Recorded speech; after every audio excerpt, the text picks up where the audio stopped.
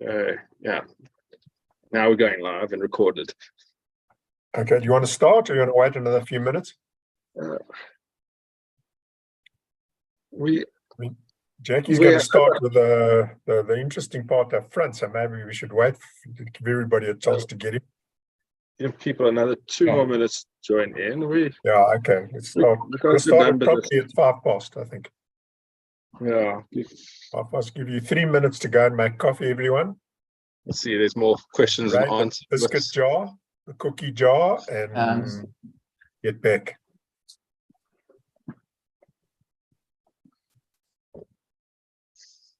It's actually a bad time to start at 2 o'clock because it's between lunch and tea, and that's.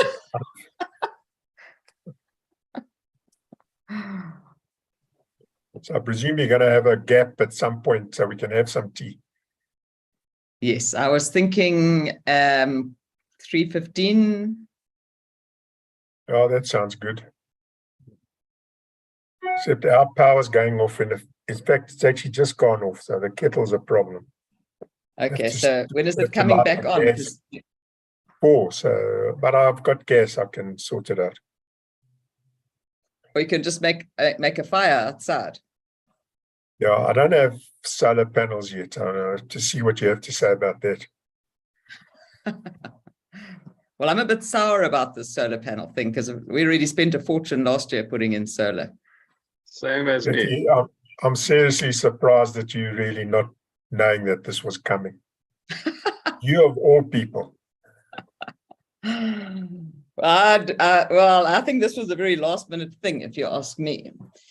I don't think it was kind of well thought through. I don't think it's been bandied about, and I don't think it's been thoroughly researched. So yeah, I think it wasn't something that was on the radar last year. So red herring to cover up everything else. Yeah. Well, I think the number of people joining has slowed down, so I think we are. Okay, now you've got 1 minute. I'm giving you 1 more minute. We can actually start on time because Jackie needs no introduction.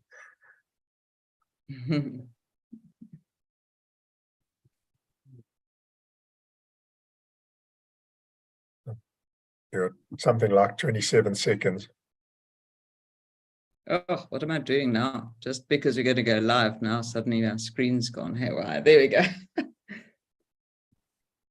Okay, so welcome everybody to this session of the explaining the budget and updating us on the budget. Of course, top of mind is going to be electricity and what we can benefit and not benefit. And it sounds like an interesting afternoon. I hope you all got coffee. Hope you all settled. And Prof. Jackie, as usual, no introduction, but you're always welcome here. And everybody listening intently, the floor is yours. Thank you so much. Thanks. And thank you for having me this afternoon. And thank you, everybody, for joining us. I hope it is going to be a useful session for you. And lots to talk about. And I believe there was a question about the cabinet reshuffle, but I'm going to pass on that one and just focus on the tax proposals. All right, so I'll just stick to tax issues. But of course, the 2023 budget speech presented last Wednesday afternoon by our finance minister. A lot of commentators have made the observation that there's not a lot that varies from one budget speech to the next. Very much the same structure, same approach. We haven't really seen any major changes over the last few years. And that's because, of course, we need to try and maintain some kind of consistency. We have enough uncertainty in our lives. We know that the huge issue is government debt. We know that the huge issue is government spending and the budget deficit that arises from that. And I guess it's a case of how well the minister can move around that. And of course, there's not much room to move. There really isn't any room to move, I think. So there's really not much opportunity to change any kind of tax rates. And so not surprisingly, we've seen once again, that pretty much everything stays the same. However, and I've put it there as the top item, is that we do see, I guess, the big feature this year is tax incentives for expenditure on or investments into alternative energy. And this comes in the middle of our electricity crisis. Well, yeah, I don't know if it's quite the middle where we are with this electricity crisis, but in the course of this electricity crisis, and we see that there is this proposal to bring these tax incentives into play, which of course are supposed to already be in play because they were effective from the 1st of March, which was yesterday, but we don't have the detailed legislation. We've got a FAQ document that was issued with the budget speech, and that's on the National Treasury website. So it's a 3-page document. I think most of the first page is taken up with pictures. So there's not really all that much information in there, but what there is, I will talk around, and we can see if hopefully I do manage to give you a little bit of clarity as much as I can, because there's still some unanswered questions around all of this. But we will talk about the tax incentives, and I'll put that first on the agenda because that is kind of like the hot topic with this year's budget speech. When we look at the personal tax, we'll look there at the increases in the rebates and thresholds, lump sum tables, withdrawal benefits and retirement and death benefit tables, those 2 separate lump sum tables. We've seen those thresholds increased, which has not happened for, I think, well over a decade. So that's a welcome change, a little, very little and very late, but nonetheless a welcome change. We see that the VAT rate is unchanged at 15%. And for myself, that wasn't a surprise, although I have seen arguments either way. Some people arguing that the VAT rate should have gone up. Some people arguing that the VAT rate should have come down to give households some relief for the increase in the cost of living. But nonetheless, as I've said, there really isn't anywhere to maneuver. So we can't give up the tax revenue that we might otherwise get. VAT already produced less than they were expecting it to produce. Overall, of course, we know that our overall tax collections way exceeded what was stated in last year's budget speech and what was stated in the medium-term budget speech at the end of October last year. But that big excess that came through was really on the company tax side because of mainly driven by the commodities boom. And then, of course, there was also the aspect of SARS collections, which boosted our personal income taxes and company tax. So the company tax rate, of course, we'll talk about that in a bit more detail just now, but no further changes to the company tax rate. Fuel taxes, pretty much unchanged, just one small little change that comes through as a result of the carbon levy that sits within the fuel taxes. I'll give you I'll unpack that for you just now. Sin taxes, inflationary adjustment, environmental taxes, pretty much unchanged except for the carbon tax. And then when you look at trusts, estate duty, donations tax, all of those rates pretty much unchanged. On the transfer duty, we do see that the thresholds have gone up by 10%, but the rates are unchanged. So that's really, in a nutshell, if I had to give you a 5-minute overview of the budget speech, that would be it. And what we're going to now do over the rest of the afternoon is just to go into each of these aspects in a bit more detail. And then, of course, an important one, as accountants, tax practitioners, is the Annexure C amendments, the proposed more technical tax amendments that we expect to see coming through during the course of this year. And so I will run through those Annexure C amendments towards the end in the sort of latter part of the presentation. All right, so I haven't announced the tea break, which I'm sure everybody would like to know. So I thought we could take a break at about 3:15, maybe 3:20, and we'll take a break for 15 minutes. Hopefully you don't have load shedding at that time, so you can boil your kettle and make yourself some tea or coffee.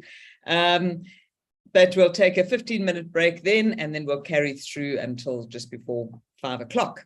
All right, so we're in for a busy afternoon. There's a lot to talk about, even though it looks as if there's not much in the budget, but it's always in the detail. We need to think about how these things are going to impact on us, our businesses, our clients, our personal finances. And so that's really what I will be focusing on during the course of this afternoon. So as we dig into these main tax features, as I mentioned, the kind of big highlight of the budget speech was this announcement around the incentives for investments in renewable energy. So this incentive had different labels given to it, rooftop solar incentive, etc. But I've called it renewable energy incentive because it is broader than just solar. When we look at businesses, it's a much broader scope of investment that is looked at there.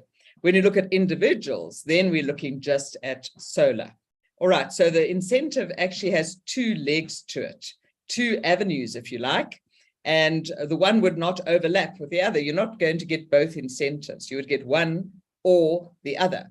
So if you are running a business and you invest in assets that are going to be used to provide renewable energy, to provide energy for your business, then you would be looking at the Section 12B incentive. Now, that incentive has been around for a long time.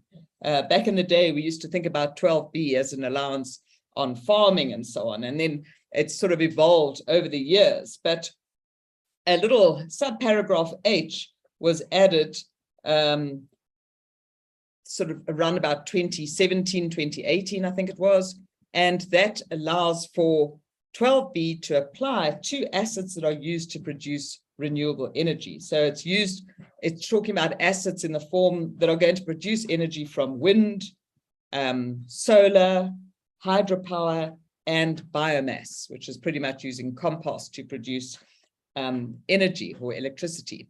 So it's not just solar, right? I mean, it's any of those investments that would come into the scope of Section 12B.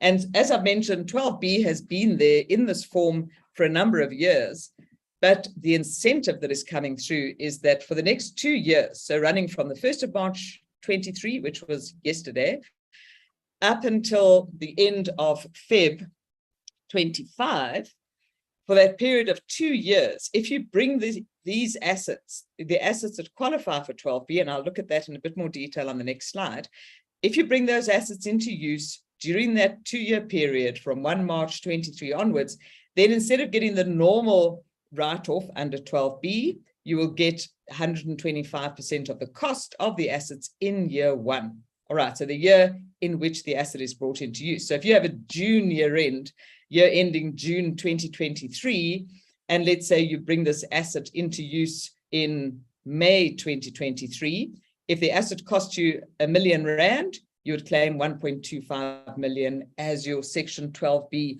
write-off. So that's a deduction, it's a tax allowance, it's deducted from your income. All right, so that is a straight off incentive, because you're not just writing off the cost of the asset, which is currently this, well, up until the end of Feb, that was the case with 12B, but now you're getting 125% of the cost as a tax allowance. All right, and I'll go into the detail just now, but just to differentiate, so for businesses, the extension of the 12B allowance is an allowance, whereas for individuals, what is being put on the table is a tax credit, a rebate.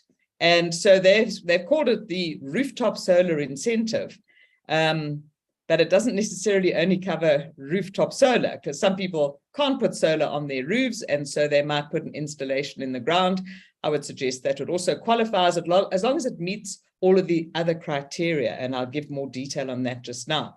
But the key thing is to differentiate and realize that for individuals, it's not a tax allowance or a tax deduction that we are looking at, it's a tax credit. So if you think of the personal rebate, if you think of the medical credit, all right, the 6A, 6B medical credit, those are credits or rebates that are deducted from your tax liability. So if you had taxable income of 100,000 Rand and you worked out your tax on that, and you would then say, right, once I've worked out my tax, I take off my primary rebate, I take off my medical credits, and then I take off this credit for the solar.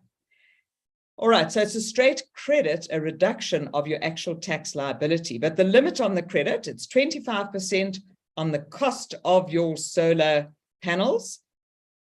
And that's just for a year, for 1 year, from the 1st of March 23, that it's capped at 15,000 per individual. And I'll give you some examples just now. So the key numbers to remember there is the 25% of the cost, that capped at 15,000. And that is a credit, a tax credit. It's not a tax allowance or a tax deduction. So yeah, Wesley, you've asked, does a business include a sole proprietor who works from home? So yeah, so a business could be a sole proprietor. It's not necessarily a company, right? If you think about it, if you were a sole proprietor and you bought assets and you were claiming your wear and tear allowance on that, you would do that as a sole proprietor. So 12B would also apply. There's nothing that says it can't apply to a sole proprietor. All right. Yeah. So it can apply to sole proprietors as well. So let's just explore that 12B incentive in a little bit more detail, going back to the business incentive now, right? So I said that currently we have the 12B allowance, and that takes two forms, either one or the other. So first of all, if you look at your qualifying assets, the assets that qualify for the 12B allowance, it talks about machinery, plant, implement, utensil, or article owned by the taxpayer or financed under an installment credit agreement, all right? But obviously the taxpayer must have a cost of this asset because the allowance is based on the cost. And it must be brought into use for the first time by the taxpayer for the purposes of his or her trade. Interesting, in the legislation actually uses the word his or her, not its trade, but obviously companies, individuals. So the taxpayer could be any of those forms. That you bring in the asset into use for the purposes of trade, and it's going to be used by the taxpayer to generate electricity from wind, solar, hydro, or biomass, okay? Then, having established which assets qualify along the lines of what I've just explained, and I was just reading to you from the actual section 12B there, we then say, right, what is the allowance? Now, remember, the assets are the assets that are used to generate electricity from wind, solar, hydro, or biomass. If you are generating energy from wind, biomass, or hydro, then you're looking at the 50-30-20 allowance. If you're generating electricity from a solar energy installation, then you have to differentiate between whether your solar energy installation is going to produce more or less than 1 megawatt of electricity. And so for big installations that are going to produce above 1 megawatt, right, that's that point over there, you would be getting a 50-30-20. And for a smaller installation producing less than 1 megawatt, you're going to get 100% allowance in year one. Now, that's the current situation. All right, so the current situation, and this would have been assets brought into use up until end of Feb 2023, you'd be looking at either a 50-30-20 or 100% allowance. So now the proposal is saying the same kinds of assets that we are looking at. So it's not just solar, it's also those assets that are used to generate wind, hydro, biomass, or solar. Those are your qualifying assets. If that asset is brought into use by the taxpayer for the purposes of trade to produce electricity, and it's brought into use from the 1st of March onwards for the somewhere in the next 24-month period, then your deduction is 125% in year one. All right, so there's your extra 25%. You're not just writing off the cost, you're getting that extra amount. Now, we still need to see the detailed legislation on this. I have to stress that that has not been released as yet. Okay, we don't even have draft legislation on this yet. So we get the 125% deduction in year one. It's going to be available for assets brought into use between 1 March 23 and Feb 25. And so the example that they give in the budget documentation is that along the lines of what I said earlier, if you spend R1 million, you get a 1.25 million tax deduction. All right, now, if you were able to claim that full tax deduction using the 27% corporate tax rate, that would save you tax of 337,500 in the first year of operation. Well, first year that the asset is brought into use. Okay, now, as I mentioned, the detailed legislation isn't available. So we only have the FAQ document to go on to provide extra information on this. Let me just have a quick look at what your questions are to see if I can assist. Any incentive to individuals whose residences are owned by trusts? Greg, I'll address that when I get to talk about the individuals. Does the inverter and battery also qualify here? So if you're talking about the 12B allowance, so the 12B allowance talks about all the assets that are involved in that energy production. All right, so it talks about machinery, plant, implement, utensil, or article used for the purpose of generating electricity from wind, hydro, biomass, or solar.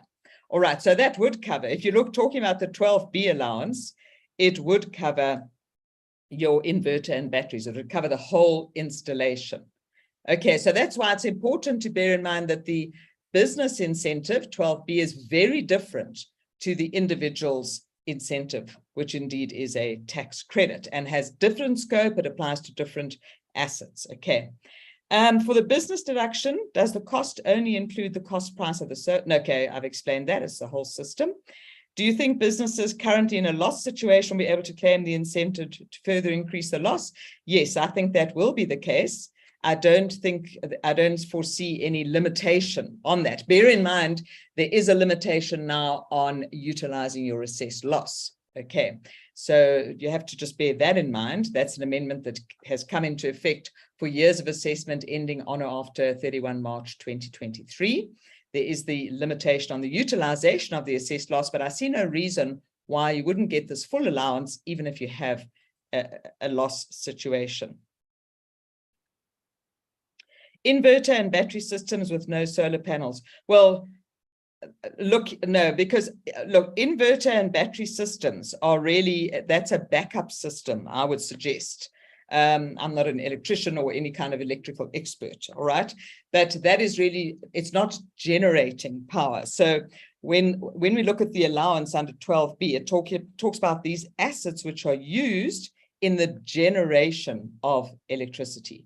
All right, that you're actually generating. If you think about a wind farm generating and kind of adding to the grid, if it were, if you like, similarly solar, etc., is actually producing electricity, whereas a battery is just storing electricity so that you can use it when you have load shedding and so on. Okay, all right, so I hope that is explained, that 12B energy incentive, the allowance, and it's the incentive because you don't just get the 100% write-off, you get 125%. Yeah, okay, so I have said a number of times now, the whole installation qualifies for 12B, including the inverter, batteries, fittings, the whole cost of putting that asset in. All right, similar to when you look at any other cost of an asset, you're talking about the whole asset, the whole installation. In fact, it can even include the foundation on which the asset is based.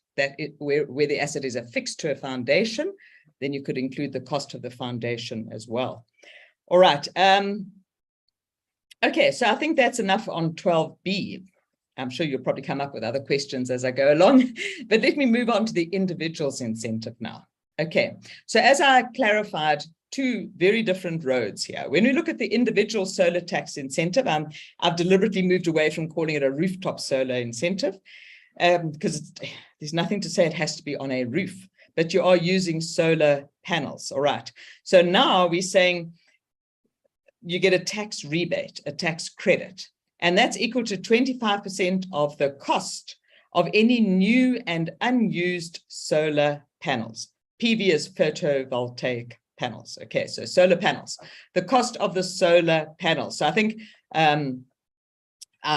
just looking at the questions that have come through already, I think you all are aware that National Treasury has said you can't claim any part of the cost of the battery or the inverter, just the panels. Now, I know that the panels themselves are not going to achieve anything. So you can't just stick a solar panel on your roof and hope that you're going to generate electricity. You're not, all right? You've got to be able to have that working with an inverter and a battery in order to get a proper solar system. But you can't claim on the inverter and the battery. You can only claim on the cost of the solar panels themselves. They also say that any installation cost won't qualify, just the solar panels. All right. So to qualify, the solar panels must be purchased and installed at a private residence. And you'll see coming through as I go along with some more information. This is a residence that must be used mainly as a dwelling. As a dwelling, we talk about in the VAT Act, it's used as a private residence. All right. You're living there, not necessarily as your primary residence. That's not the point. But the issue is that it is a residence that's used mainly for residential accommodation. Doesn't have to be your accommodation. It comes down to who is paying for the panels. That is the person that is going to get the credit. But notice here that the panels must be purchased and installed, and a certificate of compliance for the installation must be issued. And that must be between March 23 and Feb 24. Get one extra day because it's a leap year next year. Okay, so we all want extensions. You got one automatic day extension. Okay, so it's 29 days in February. I haven't looked to see if that's a Saturday or a Sunday, but anyway, be that as it may. All right, so you have to have this certificate of compliance.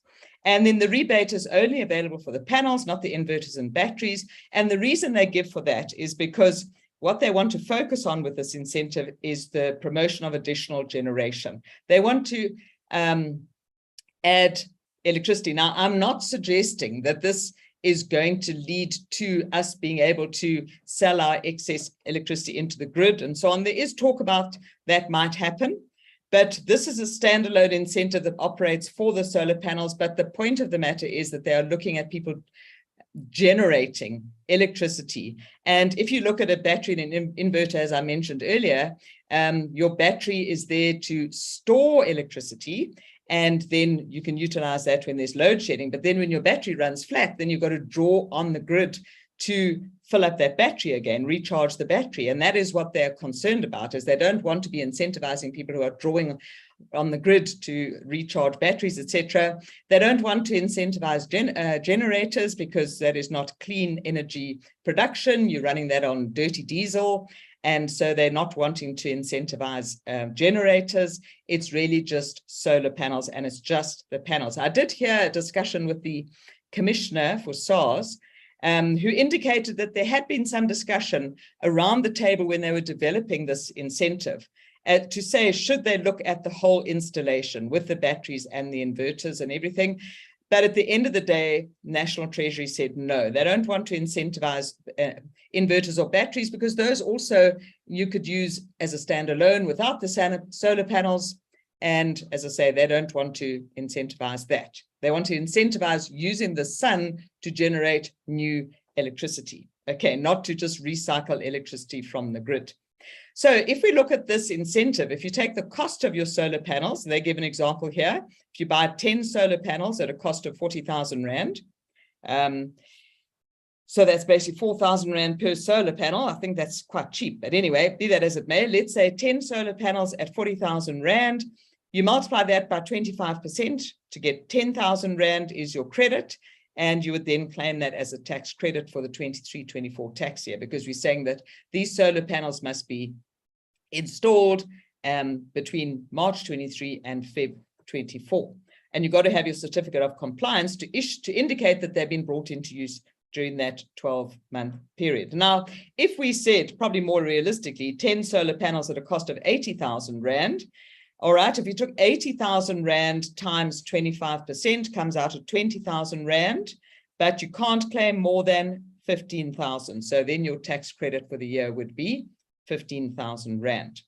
Let me just quickly have a look. I see there's another question that's come up.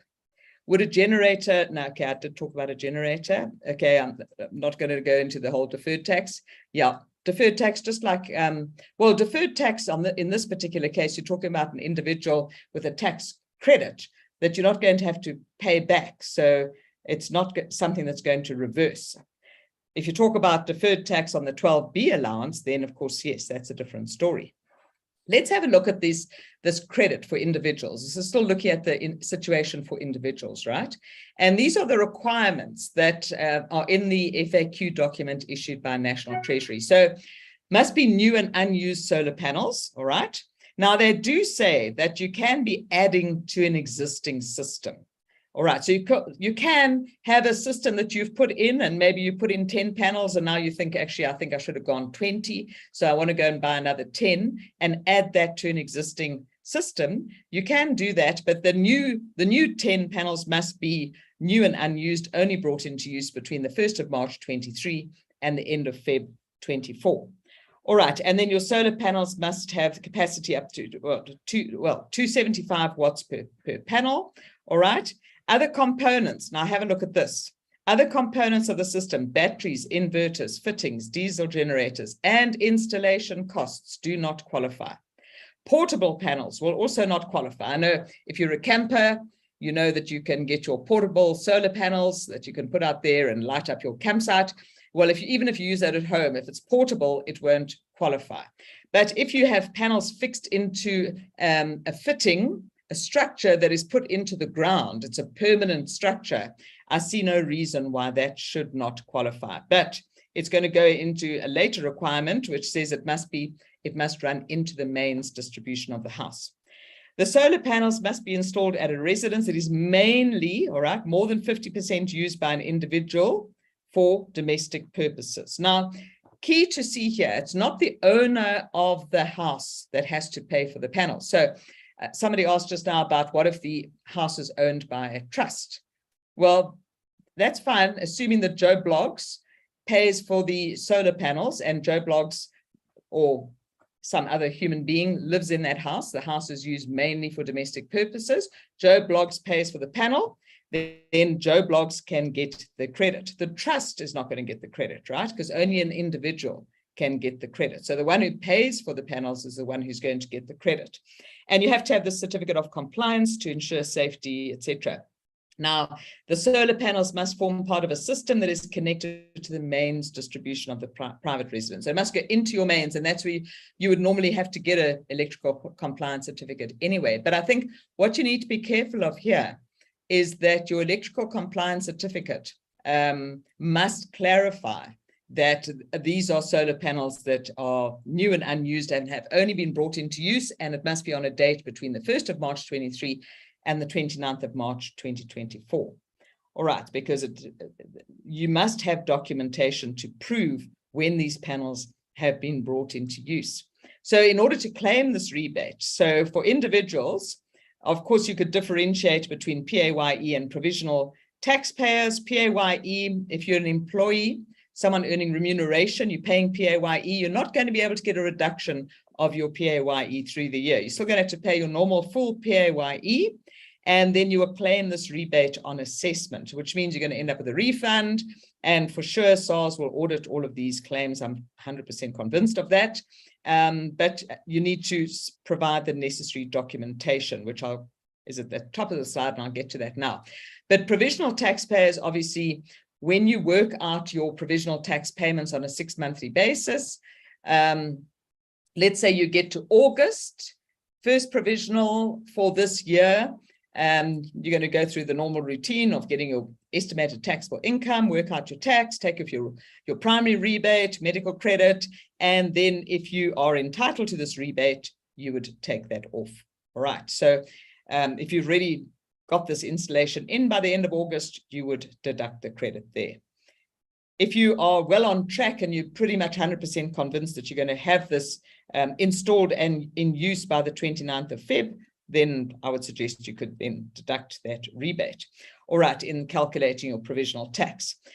But notice here, in order to claim the rebate, you have to have this documentation. And this is going to be really important, because if you just go to your average solar installer, I'm not convinced that the current documentation is going to tick all the boxes for what you need here. You need a VAT invoice that indicates the cost of the panels separately from the other items, along with proof of payment. Okay, you can get your proof of payment, but make sure that your provider gives you a proper VAT invoice.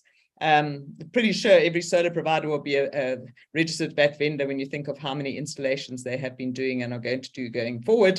All right, so you should be able to get a proper VAT invoice, and you must have your solar panels itemized, because it's only the solar panels that you'll be able to get your actual credit on. and of course the certificate of compliance. And critically important, don't just get a certificate of compliance to say this meets all the electrical standards or whatever it might be. It's got to confirm that you brought these panels into use for the first time in the period from 1 March 23 to Feb 24. So if any of you are advising clients who are in the solar business, or they're electricians who are issuing certificates of compliance, please encourage them to change their stationery to indicate this statement, to confirm the date on which the solar panels are actually brought into use. Okay, so that's going to have to feature there. And then other features of the rebate, and then I'll come back to the questions. You don't have to be the one owning the property, right? The person who pays for the panels is the one who claims. So if you want to go and put some panels on your neighbor's roof, you can then claim the rebate. You're the one who's made the payment. Remember, you just got to have the tax invoice made out to you, proof of payment, and the electrical compliance certificate confirming that those panels have been brought into use during the specified period.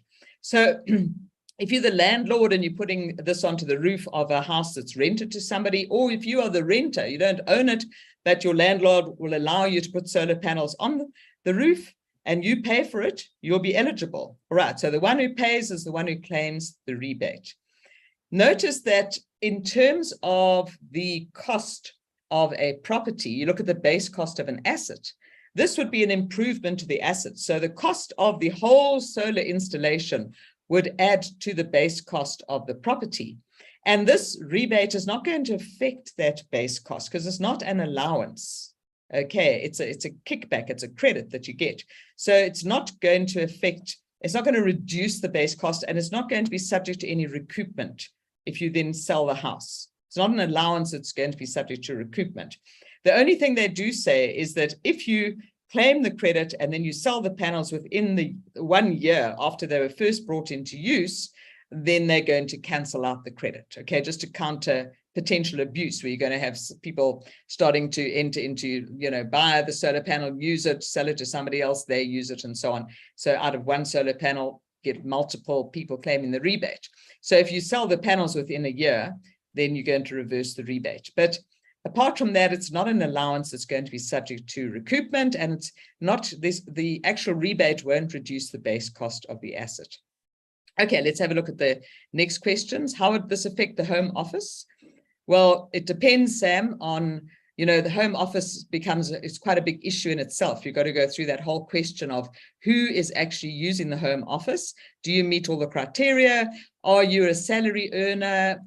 Are you earning remuneration, or are you a sole trader? So if it's a home office, you were able to claim the 12B, so that if you're not earning remuneration, you're looking at the 12B possibly, then if you claim the 12B, you're not going to get this rebate. If you're not claiming the 12B, then you could look at getting this rebate. Okay, I'm going to go as fast as I can here, Ian. Solar panel capped at 15, equivalent to solar panel 60. Okay, tax on 60 is 9, so encouragement is worth only 6.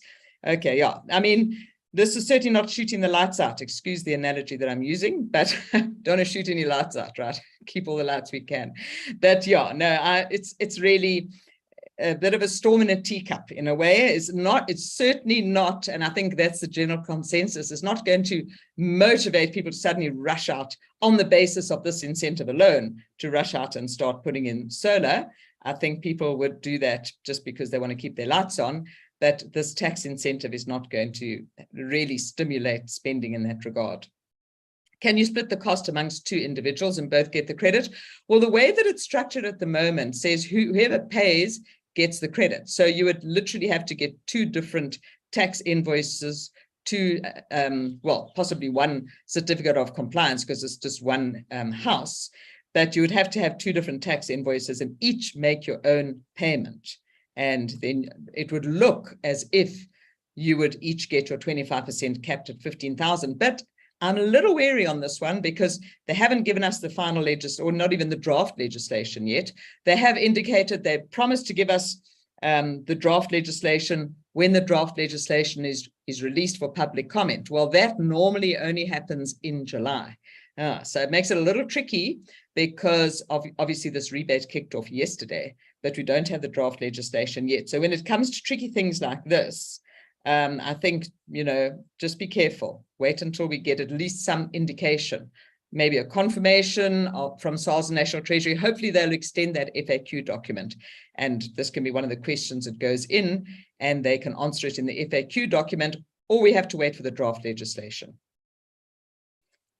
Okay, I think that's building on the same thing. One spouse, okay, I answered that one. So as a home office, you can't, no, Sam, that's not what I said. I said, as a home office, you've got to look at the specific tax legislation linked to a home office. When you claim your home office allowance or deductions for home office, if you were not an employee and you put a solar installation onto your roof, so you're not earning remuneration, you're a sole trader, you could be looking at the 12B allowance for that solar installation if it ticks all the boxes for 12B. If you are an employee who's using a home office, you can't claim the 12B allowance. Then there is no reason why you can't get this rebate, because all it says is that the house must be used mainly for residential purposes. All right, so as long as your home office doesn't take up more than 49% of the house or 50% of the house, then yeah, you could get this incentive, even if you are using a home office. Hello, Hein. All right, Renee, would you be able to claim for own residence and a rental property? So remember I said that whoever pays for the panel would look at getting the credit. But if you pay some panels on your own residence and also some on a rental property, remember that your total credit that you get is never going to exceed 15,000. So it doesn't matter if you've got 52 properties, you can still not get a credit in your own name for more than 15,000 Rand for the year. All right, except to say if you've got a rental property and if that is regarded as carrying on a trade as opposed to just an investment property or a property that might have inherited, then there is an argument to say that you could be looking at the 12B allowance on the rental property. So it just depends on the facts. If you buy from a non-VAT vendor, okay, no, if it's from a non-VAT vendor, remember they're supposed to issue a tax invoice, but if they're not a VAT vendor, they're not allowed to issue a tax invoice, but it should still be a valid invoice that indicates that they are not a vendor and therefore no VAT is charged. I can't see why they would not allow the deduction if you're buying from a non-VAT vendor. But I also do wonder, are there any people installing solar in South Africa that are not making supplies exceeding R1 million a year? It seems unlikely. All right. Can the rebate result in a loss? The rebate, no. A rebate can never result in a loss because it's a credit, all right? It's a rebate. It's not a deduction. Okay. So it's got nothing to do with your taxable income. It's a rebate. It's a reduction of your actual tax liability. If a company or trust owns investment property in the form of residential, can I claim the 125 deduction? Well, look, I mean, if the company or trust owns the investment property, it's not carrying on a trade with that investment property, then you would not get the 12B allowance. So you won't get that 125. If the company or trust owns investment property, are you saying that that you are conducting a trade? If you're conducting a trade, you could get the 125. If you're not conducting a trade, then you can't get that 125. But then the person who pays for the panels on the roof, if it's a residential property, which could still be an investment property, then you're looking at the credit. Okay, so it depends on the circumstances. What if you finance your installation or renting it? Do you receive the tax credit? Yeah, I mean, if you finance the installation, you still have to pay the supplier, right? So you might take an extension on your bond or, whoever you borrow the money from, but you're still paying for that solar panel. So you would still show proof of payment. How you finance that yourself, it doesn't come into the equation. The only problem is that if you are, of course, financing this by extending your bond, and you are an employee who's using a home office, then you're not going to get the deduction for the interest on your bond, but that's another matter. All right, Chantal, what happens if you rent to own solar panels where you pay monthly for it? So it does talk about having to pay for an installation. So at this stage, it doesn't look as if rentals are covered, but that is something that perhaps might be clarified when we get the final version of the legislation. If running a business from a room in a house, you qualify for 12B, you claim this, blah, blah. You'd have to apportion your 12B. Yeah, Yeah. Okay. So if you're running a business, you're not an employee. Let's say that you put in a full solar installation in your house, it costs 150,000 Rand. If your office takes up 10% of the total house, then you claim 10% of that 12B. All right. So that's basically how that would work. I would suggest, okay, so again, it would be really nice if we had the draft legislation to be more certain about all of these things. But yeah, indications are that's how it would work, because that's how it works in the ordinary scheme of things with 12B. And all that's changing with 12B is that instead of getting, let's say, the 100% write-off in year one, you're going to get 125%. So you'd get 150,000 times 10% for the home office area times 125%. That would be your deduction for that. Okay, I think I have answered all of the questions dealing with those solars. All right, so my word of caution is, unless you are doing something pretty straightforward, which very obviously fits within the ambit of what has been explained to us so far. If you are very certain, then you can go ahead and spend money and get the credit. Otherwise, if you're trying to work out anything more complex than what is answered in the FAQs, then I would really caution to wait until the draft legislation is released in July. And then you'd have certainty, a little bit more certainty around how this rebate exactly is going to work. One thing, let me just go back before I move on to the next thing, is the other thing that is the issue around body corporates. Now, it did, in the FAQs, they did address the issue around body corporates.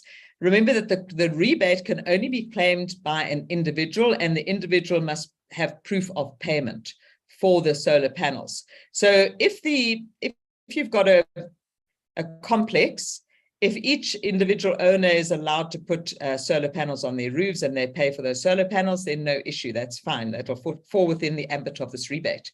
But if the body corporate pays for the solar panels, then it's not an individual who's paid for it, it's a body corporate. And that gets a little bit more complicated. Then it would seem that you would not get the rebate, unless, of course, the body corporate put in a special levy. But then, yeah, so National Treasury hasn't answered that one. They've said that there's going to have to be further consultation along those lines if you have body corporates who put in a special levy in order to install solar panels. So there, I think you need to wait for more clarity from National Treasury before you rely too much on this rebate in those contexts. Okay, so I think that is basically everything on the solar panels, just to double check. And then I'm going to move on to some of the other things. And you'll probably think of some more questions as I go along. But let's move on to the next, which is looking at our tax tables. So here, and as we've seen for the last couple of years, there were no changes in the tax rates, but we just see the thresholds kicking up by 4.9%. So each of these thresholds going up 4.9%. So that is supposedly our inflationary adjustment, but it's not really in line with inflation, because inflation, if we say what is inflation, the most recent inflation quoted was in January this year, and year on year that was sitting at 6.9%. So to say 4.9%, that's not quite in line with inflation. Now, they've explained it by saying, well, they're actually looking at what they expect inflation to be over the next year.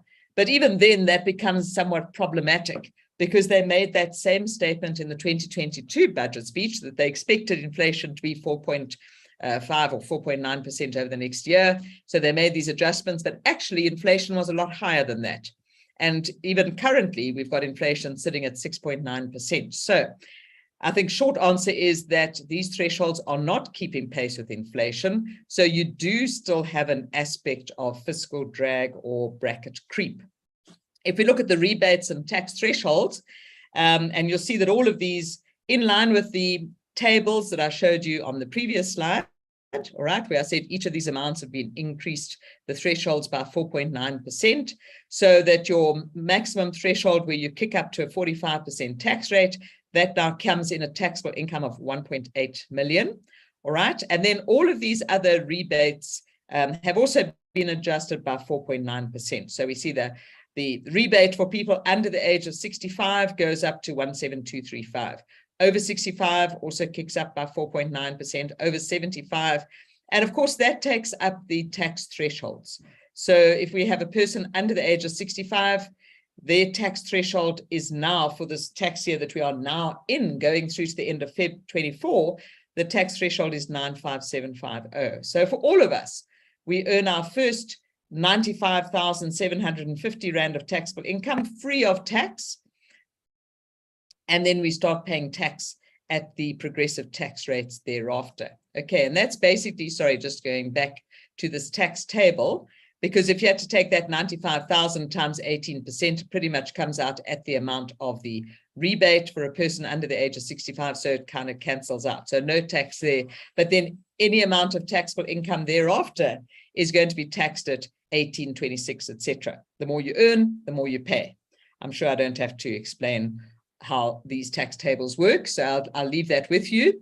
But just to note the increases, right? So 4.9% compared to the CPI inflation of 6.9%. So it's definitely not keeping pace with inflation. Last year as well, it was a 4.5% adjustment, whereas inflation was sitting at 5.7% at that stage. So these tables and rebates are not keeping pace with inflation. There is an element of fiscal drag. Now, if we go through to the medical credit, the 6A credit, so this requires a person to be making a contribution to a medical scheme, and either the person is making the contribution to the scheme or the employer is making the contribution to the scheme. The employer's contribution becomes a taxable fringe benefit, and that amount is then deemed to be a contribution made by the employee. So as long as you are making the contribution, you get the credit, right? And I'm dwelling on that a little bit because I do suggest that when you think about this new tax credit for your solar panels, same concept. If you make the contribution, if you make the payment for the solar panels, you get the credit. If you're a married couple, and let's say the wife pays for the solar panels, as you know, with the medical credit, it's the person who pays the medical that gets the credit, right? And the same thing will come through with the solar rebate. Okay, but these medical credits have kicked up for the member and the first dependent, also 4.9%, each additional dependent 5.1%. Okay, so those are your monthly amounts over there from March onwards. Just a point on the UIF, still no change to that monthly threshold as far as I can see. So we still got 1% each employer, employee, and the monthly threshold. I'm pretty sure that's going to go up sometime soon, maybe 1 June 23, but it hasn't gone up between 21 and 23. It's still sitting at 17712. Skills development levy, there again, no changes there. You've got your 1% rate, and you've got your exemption if your annual remuneration does, of all your employees, does not exceed 500,000 Rand. So no changes as far as your skills development levy is concerned. Then if we move across to our interest exemption, still thinking about individuals, and of course, we've got this fixed amount interest exemption, which applies only to South African source interest. And so it can be a resident or a non-resident who's receiving South African source interest, but a non-resident would primarily look at the 101H exemption, which gives a full exemption. If they don't qualify for that exemption, then they'd look at your local interest exemption. For residents earning SA source interest, we are looking at this local interest exemption. And this has remained unchanged for a number of years now, and no surprises there, because from the time our tax-free investment legislation was introduced, and that was back at the time that Pravin Gordhan was Minister of Finance. He oversaw that introduction of the tax-free investments. Just having a look here to tell you the date when that actually came in. It came in, not actually seeing that, yeah, quite a number of years ago now. At the time it was introduced, the Minister of Finance at that stage said that they are not going to increase these exemptions any further. They will just leave these exemptions in place. They'll allow the tax-free investment to build up, and ultimately these exemptions will fall away and will be eclipsed by the tax-free investment under Section 12T. All right, so we don't expect these amounts to go up anytime soon. What we did see, a change that came into effect from the 1st of March 2023, and this was a change that came through last year. If you did my year-end update, you'll remember I told you about this, is that for any person who has a year of assessment less than 12 months now, going forward from now onwards, you will have to apportion these amounts. So if you have somebody who ceases to be a resident or who dies during the year, has a year of assessment less than 12 months, your exemption has to be apportioned according to how many days in the year of assessment, divided by 365 days, or indeed for this next year, it'll be 366, multiplied by these amounts will be your actual exemption.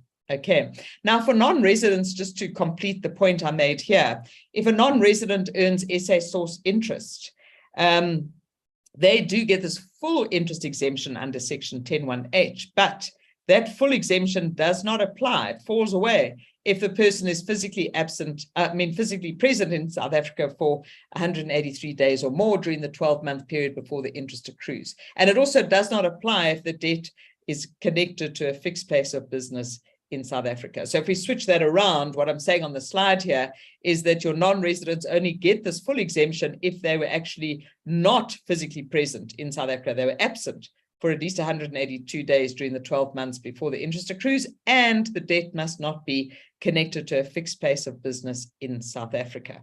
Okay, all right, so that's your interest. I just see another question has popped up there. Okay, so Peter, going back to the panels, the solar panels, if you have 5 tenants and you install panels for all of them and pay for them, no, you can't get 5 times the tax credit. Each person only gets a max of 15,000, all right? So whatever you spend on all of that, you can have, as I said, 52 properties if you like, all right? Whatever you spend, take 25%, but you can't claim a credit of more than 15,000 per individual, per person. Okay, going back to your tax-free investments under section 12T. So as you know, you're allowed to invest up to 36,000 per year in a tax-free investment. That went up from 30 to 33 in 2017 and then 36 in March 2020. It has not gone up since then. And they still have the lifetime limit of 500,000. Okay, so we still have a 36,000 per annum limit. And in fact, now that we're 2nd of March, you could go today and invest your 36,000 for this next tax year. But what is interesting is the proposed amendment that they've put through as one of the proposals in the budget speech is that if a person has a year of assessment less than 12 months, and they're specifically looking here at when an individual ceases to be a resident, they want to apportion this amount. Now, personally, I think that's just going to create all sorts of problems, because what if I went along, well, not me, somebody else went today and invested 36,000 into a tax-free investment? We all know how your life plans can change. Maybe 8 months down the line, this person suddenly ceases to be a resident and they shift and go and move and work in a different country. Now, if they then only have a year of assessment that is 8 months long, you're going to tell me that you can actually not get a 36,000. You should only have invested, let's say, 24,000. But now you already invested 36,000 on the 1st or 2nd of March of, you see, early in the tax year. So how are you going to deal with that? Because this has a very nasty penalty. If you invest more than the threshold, you end up with a very significant penalty here. So I think that this is going to be a bit problematic, and I certainly hope that the commentators give this the necessary criticism when time comes to comment on these proposed changes. All right, then looking at the retirement sum, lump sum withdrawals. Oh, okay, I see Greg. Let me just go back there. Back to my interest. Greg has asked, fixed place of business includes a rental property in South Africa. Well, a fixed place of business is looking at where you're actually carrying on a business. So yeah, you'd have to look at the specific legislation. We have double tax agreements, which also clarify a fixed place of business in terms of particular jurisdictions. So it depends on that. If you withdraw out of a tax reinvestment, can you invest back in? You can, but it's not going to add to your 36,000 necessarily.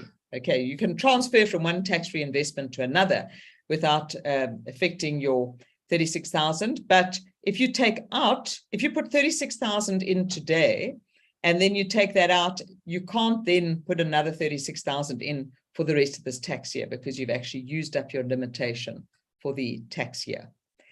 Okay, let's look at the retirement fund tables. Now, These retirement tables, I'm sure that you all are aware of how these tables work. We've got these two tables, this one dealing with withdrawal benefits and the one on the next slide dealing with lump sum benefits or severance benefits. Now, so these are various types of lump sums that are paid typically on retirement, all right, from retirement funds. This is your lump sum benefits from a retirement fund, or a death benefit would come into this table. Severance benefit, though, that's from an employer, and it's got to be a severance benefit as defined in Section 1, which is a lump sum paid in anticipation of change of office, ceasing to be employed, etc., over the age of 55, or you must be leaving because of ill health, etc.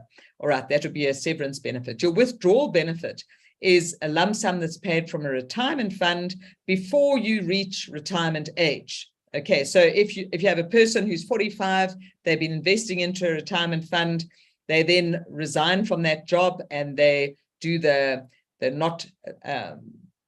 not what government wants. They decide to take their money out of the fund. That's a withdrawal benefit, and it gets taxed according to this table. Now you'll see on this table here that these thresholds have gone up by 10%. So 25 up to 27.5, etc. 990 up to 1089. So that's your 10% adjustment across the board. The actual tax rates stay the same. Be very careful, of course, when you're using these lump sum tables, because they can have nasty consequences. Because actually, when you look at this, it's actually your cumulative taxable income from lump sums. So you might be taking a withdrawal benefit because you've left your job and you want to take your money out of your retirement fund. That's a withdrawal benefit, yes. But maybe a couple of years ago, you had a severance benefit, and maybe you had another withdrawal benefit since this table came into existence back in around 2011. So you have to take all of those lump sums together. And then it's a cumulative lump sum that you would then look up on this table, look up the tax on this, and then you deduct. You then say, right, if my current lump sum is, let's say, 500,000 Rand, and I had previous lump sums of 30,000, or let's say 25,000 Rand, just to make it nice and easy for me. If I had previous lump sums of 25,000 Rand, I'd have to add the whole lot together to get my cumulative lump sum, work out the tax.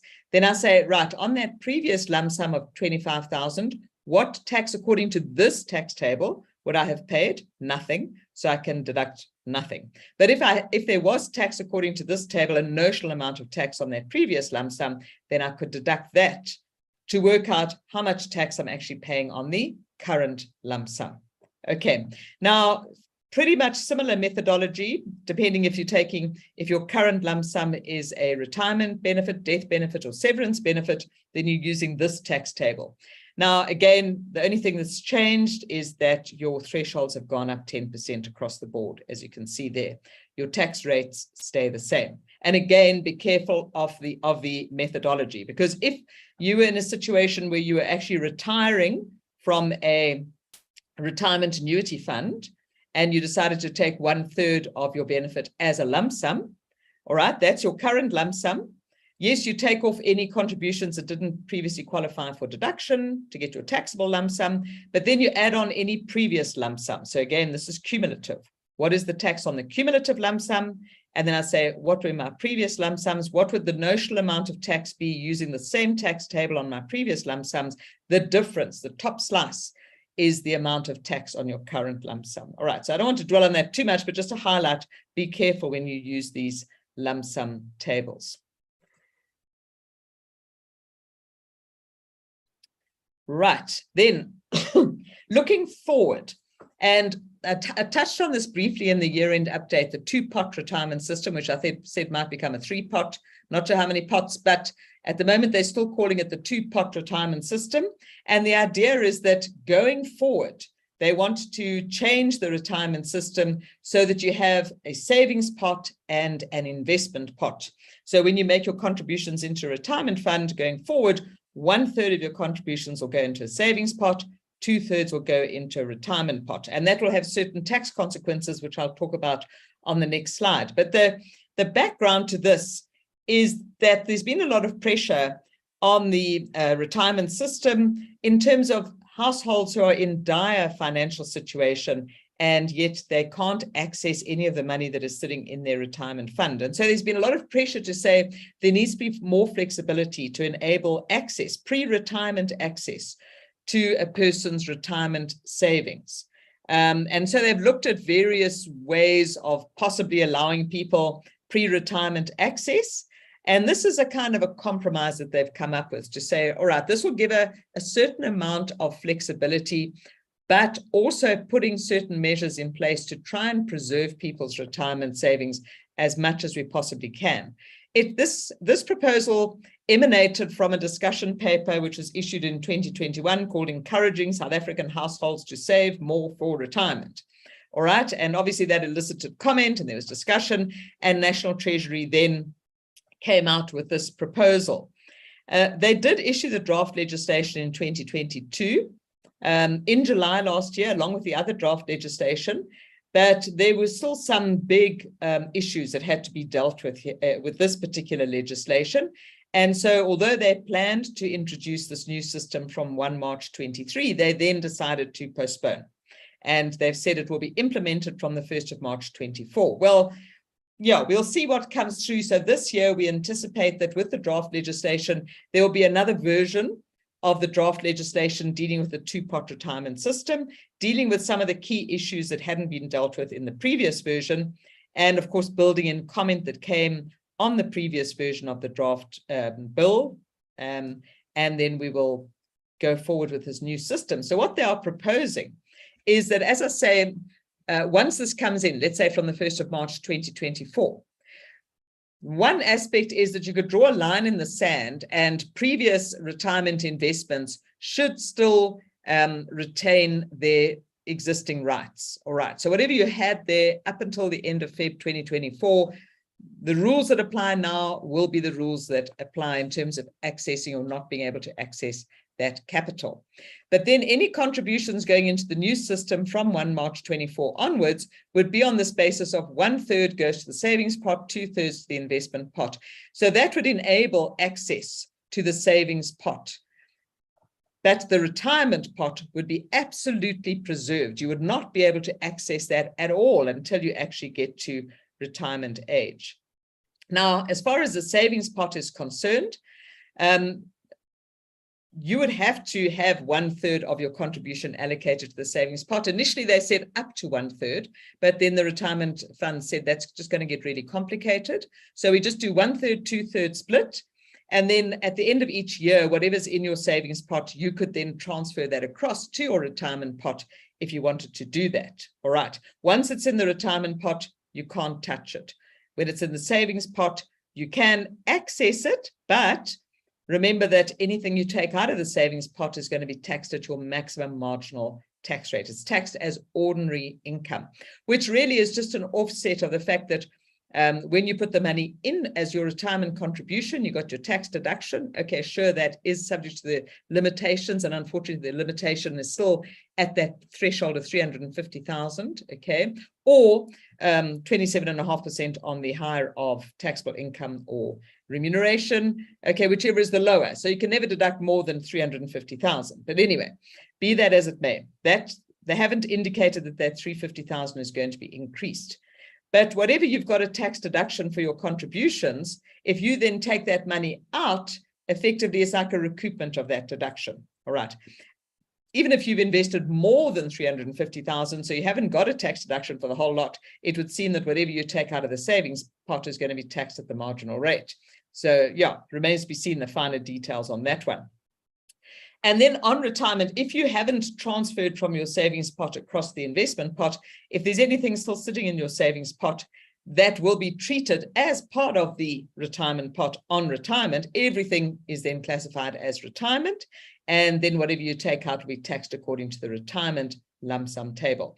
And it would seem that in anticipation of this new two-pot retirement system, that is why they have made these adjustments to the special tables, those 10% adjustments to the thresholds that I explained a moment ago. Okay, let's just have a quick look at the questions on that. If you've used 500,000 due to retrenchment, does this mean you have another balance of 50,000 to make use of? So that would be just going back to this table over here. So if this retrenchment qualified as a severance benefit, okay, then you previously had 500,000. At the time that you took that benefit, you got the first 500,000, assuming you've had no other lump sums, right? So yeah, if you now get another lump sum benefit, retirement or a severance benefit, your first 550,000 is taxed at 0%. But now remember what happens is that let's say that you got 500,000 before and now you get 600,000, okay? So now you've got 1.1 million in total. So you'd say, what is my tax on 1.1 million? And then you'd say, what would my tax have been? My notional tax using this tax table, the current tax table on the 500,000 would be naught. And so that would be now your tax on this additional lump sum is how it would work there. All right, so yeah, potentially you've got another 50,000, I guess, but just be careful of how this works in terms of taxing on your cumulative lump sum. It's not just that's the tax on your next lump sum. Okay, retirement age. So it depends, Peter, on your retirement fund, but it's generally 55. Okay, so there's no statutory, in terms of these tables and so on, there's no statutory age stipulated, but it's generally regarded as 55, but it's according to the rules of the fund. What do they say? All right, if they say it's 60, then it's 60. So whatever the rules say is the retirement age.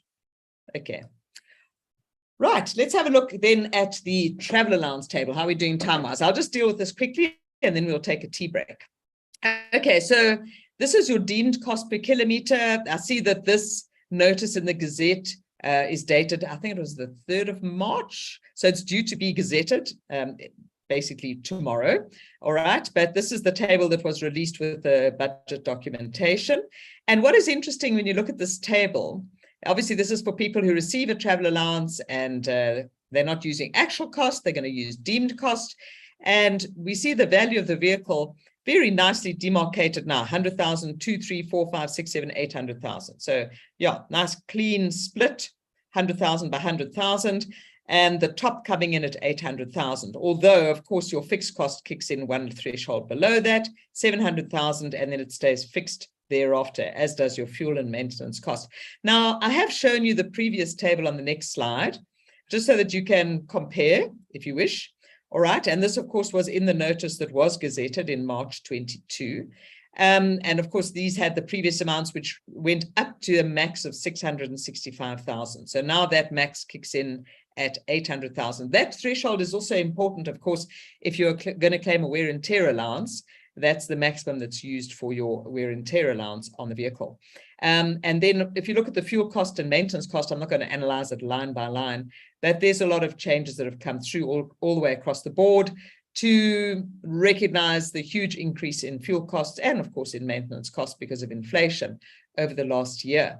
All right, so just take notice of that, this new table kicking in from the 1st of March 23 and applying through to the end of Feb 24.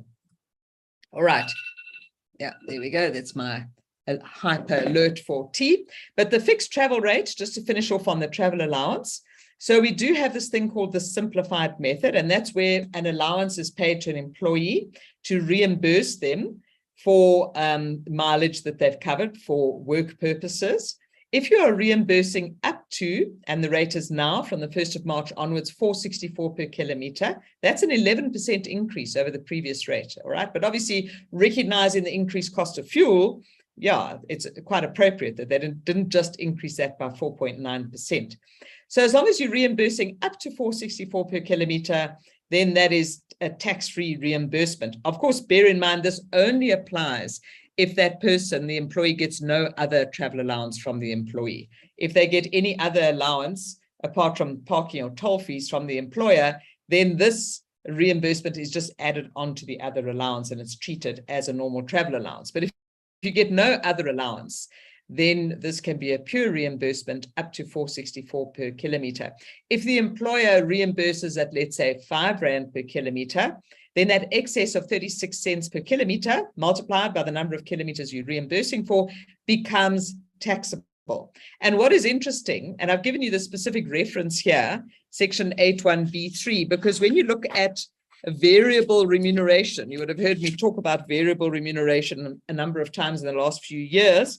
that variable remuneration is defined in section 7B to specifically include any allowance as contemplated in section 8.1b3, which is exactly this allowance here, or 8.1b2, which is this other travel allowance that becomes taxable as 8.1b2. So any of those allowances that become taxable, technically they are taxed as variable remuneration, and they get taxed when the amount is actually paid, which is interesting, right? Because if you think about the workings of your travel allowance, you don't normally,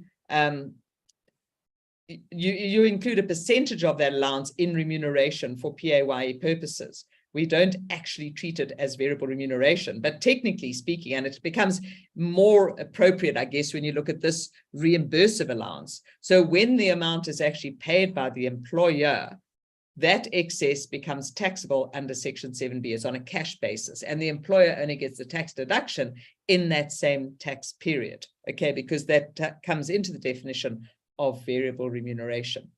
Okay, so just before we take a tea break, just check that there's no other questions, and I don't see any others coming through. So let's take a 15-minute tea break. I'll start the clock, or Danny can start the clock from now. So we'll see you back at 15:32, and then we'll carry on with the rest of the presentation. Okay, enjoy your cup of tea, and we will see you just now.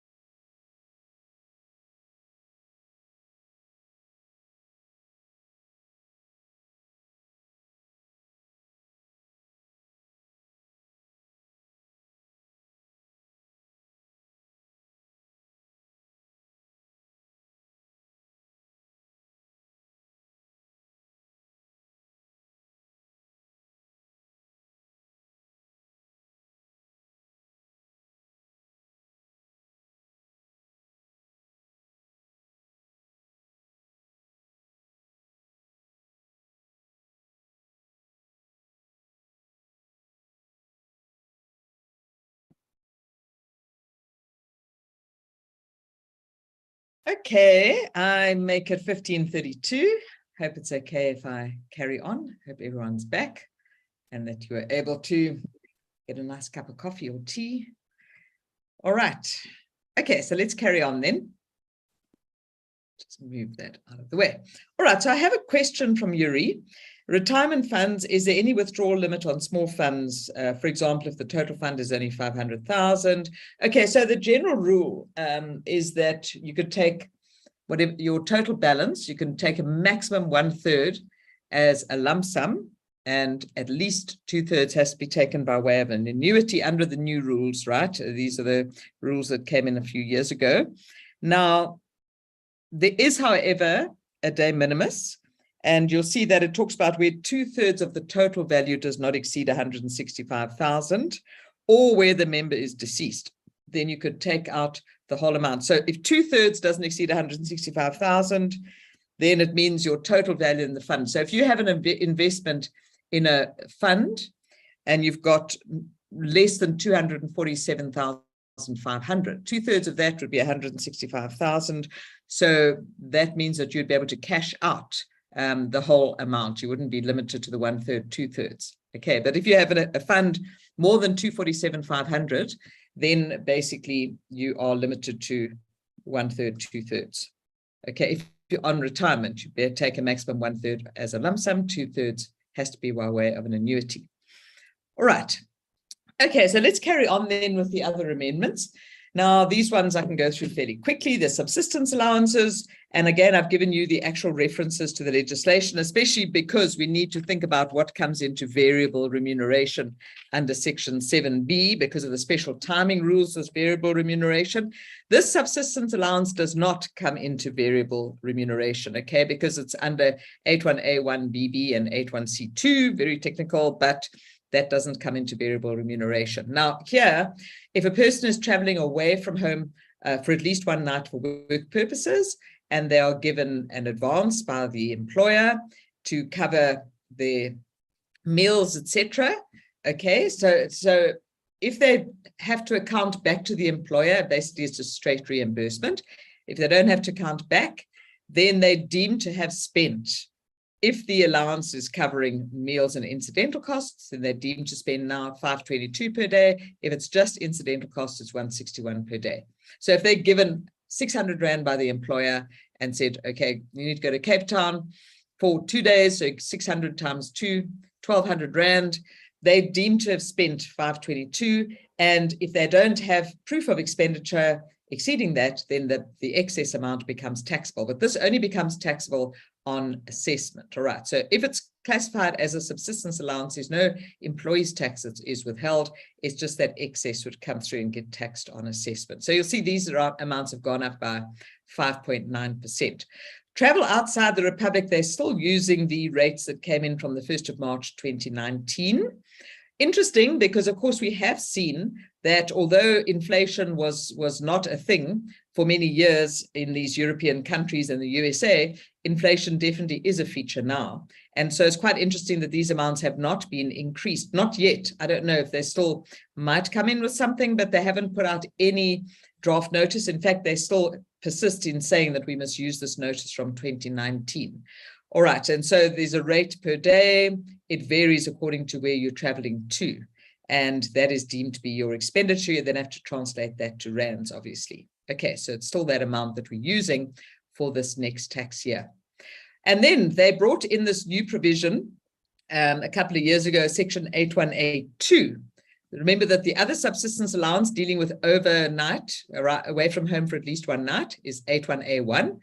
And this one then talks about 81A2, which talks about when you travel away for day trips. But actually what it says in 81A2 is it actually says, and I just want to get the actual wording here, it's quite interesting the way that it is worded, is it actually says there is not included in taxable income of a person any allowance, any amount paid or granted in reimbursement of or as an advance for any expenditure to be incurred by the recipient on instruction of the principal.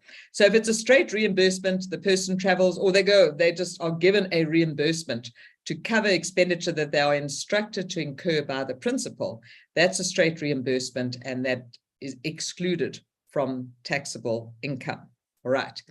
And then it also says all right. So what's also excluded from taxable income is where the person is traveling away from home for work purposes, but not overnight, just for part of a day. And they are given an amount, and it talks here about amount of an allowance, but the expenditure does not exceed an amount published on the SARS website, and that's currently 161 per day. So it ties in with this 161 per day for incidental costs on the normal subsistence allowance, that this is saying that, so if the person is traveling away for a day and the employer gives them 200 Rand and says, that's, you can cover your costs, but they're not specifically instructed that they must spend 200 Rand on this expenditure, then basically they're deemed to have spent 161 Rand and the other 39 Rand becomes taxable. And 8182, interestingly, is included in section 7B as variable remuneration. This gets pretty complicated. Another reason why it's good to use a good, reliable payroll system, so that when you do pay these amounts, they can be properly classified in your payroll and that they can be taxed accordingly. Okay. Then an interesting one on remote working arrangements. Now, of course, COVID broke out in March, well, in South Africa. We went into lockdown in March 2020, and 3-week lockdown turned into 5 months, and people were working at home. And of course, that home working arrangement continued for an extended period. It's only recently, I think really late last year, and really early this year, that people started maybe not working at home so much, working back at the office, but many people are still working at home, even partly as a hybrid arrangement or maybe exclusively from home. Now, the issue with the home office allowance, and of course, many of you might have realized this over the last couple of years, is not easy to claim that home office allowance or the deduction of home office expenditure. It's really easier said than done. And even then, the legislation is not easy to put forward and to explain. But in essence, of course, we know how it works, and we know that we have different treatment for employees earning remuneration work versus people who are working as sole traders, okay? Because if you're an employee earning remuneration, then you're subject to 23M, which comes with a whole lot of restrictions in terms of what you can't deduct. Now, the home office allowance, of course, we have interpretation note number 28, which was released, and then we had issue 3, which was released on the 4th of March 22, which actually didn't seem to follow on with a more kind of relaxed attitude or a more accommodating attitude. It actually seems to be more conservative than ever in terms of stipulating what you can deduct for home office expenditure, which is interesting because if you go back, the 2021 budget basically indicated that maybe there would be some empathy from SARS and National Treasury around costs incurred by people who have to work from home. They said in light of the large-scale migration to working at home over the past year, that COVID period, they will review current travel and home office allowances to investigate efficacy, equity, and application, simplicity of use, certainty for taxpayers, and compatibility with environmental objectives in recognition of the potential impact on salary structuring. They'll have a multi-year project starting with consultations during 21 and 22. Well, those consultations may have started, but it certainly didn't deliver the change in legislation that we might have been hoping for. Instead, in the 2022 budget, they said, they kind of kicked that forward again and said, well, we'll publish a discussion document in 22 to discuss this personal income tax regime for remote work. And what we had instead, we didn't get a discussion document, we got this revised interpretation note in March 22, which, as I say, takes an extremely strict view on SARS interpretation around home office expenditure. And actually, from what I've seen with the 2022 tax returns, there's very few people, especially salary earners, are really, if you did manage to get a deduction for home office expenditure, congratulations, because you really must be sitting with maybe 10%. I don't know what the percentage is, but it's a very low percentage of people who actually were granted that deduction for 22. And now, of course, with 23, well, I think, it remains to be seen when we go into filing season, but I think most people are saying, there's very little chance you're going to get that deduction allowed. If you're a sole trader, of course, different story, because you're not affected by section 23M. That's really where the rub comes in. Of course, there are also the requirements in 23B that you've got to have your home office specifically equipped, regularly and exclusively used for trade purposes and all those kinds of things, which also have their own fair share of hurdles that people have to navigate. But we haven't seen any further documentation being released with any kind of discussion. Now in 23 budget, so this is now 3 years down the line, they made the statement broadening the personal income tax base, broadening the tax base, which means they're cutting back on tax deductions even more and trying to collect more tax in this way. They say due to the migration to remote or hybrid working models, SARS and National Treasury committed to a multi-year review, which is, yeah, we saw that over there. A discussion document will be released this year to outline workplace practices and policies, changes in the current environment and how different workplaces are affected, etc. But I really don't hold out much hope to see any kind of leniency coming through here on home office allowances. We've got the rules in terms of 23B, 23M, we've got the SARS interpretation in IN 28, and I don't personally expect to see any kind of relaxation of those rules going forward. And in the meantime, a lot of people are starting to return to work, although I think for many years to come, you'll still have at least a hybrid working arrangement going forward. And then just to recap on some other thresholds, the foreign income tax, employment tax exemption, I wish it was an incentive, but it's an exemption. All right, 10102, that 1.25 million went up from 1 to 1.25 in March 2020. There's no further change there. On employer-provided bursaries, we also saw some changes happening here a couple of years ago, also I think 2020. We saw this remuneration threshold increased, and this was to incentivize bursaries, right? The exemption limits, 20,000 Rand for education up to grade 12, 60,000 for NQF 5 to 10, that's university level education, all the way up to PhD level. So 10.1Q is talking about your kind of your person, your employee who is having a bursary granted by the employer, bona fide bursary, and that would then be exempt. 10.1QA talks about a person with a disability, all right, and then that's why you see that there are higher exemptions that apply here. We still have a threshold of 600,000, but slightly higher exemptions. Now, nothing has changed as far as all of that is concerned. Estate duty also, nothing changed. And I think the point I really want to make here is that this abatement is still at 3.5 billion. That was last amended in March 2007. If you look at the inflation rates over the years, year by year, from 2007 through to 2022, it would indicate that that should be, if it was going to keep pace with inflation, it should be around 2.5 times that amount. So it should be closer to like 9,000, 8.5 or 9, 8.5 or 9 million Rand. Okay, so this, by keeping that abatement fixed, this is another way of collecting more taxes. And I mean, this is a very explicit tax collection measure, which was made very clear. And actually, I think it was again going back to the time when Pravin Gordhan was Minister of Finance. And he took the view that one way of increasing tax collections was just to stop making these inflationary adjustments to the thresholds. And this, some of these thresholds have just stalled completely, like this estate duty one. As I say, from 2007, 15 years ago, is when it was last, in fact, 16 years ago, because now 2023, right? So yeah, it should be actually around about 2.5 times that amount at least, if it was going to keep pace with inflation. So while I was relieved to see no further mention of wealth taxes in this year's budget speech, I think we must remember that we can't say, oh, well, that's a relief, we don't have wealth taxes. We do have wealth taxes, and estate duty is one type of wealth tax. It's the tax on a wealth of a person, albeit that it's only collected when the person passes away, and then you look at their estate, all right, obviously subject to certain rules and so on. But the point of the matter is that by keeping this abatement fixed, it means that there's more value in estates that is going to be subject to estate duty. So there's more wealth tax being collected from estates than was the case previously.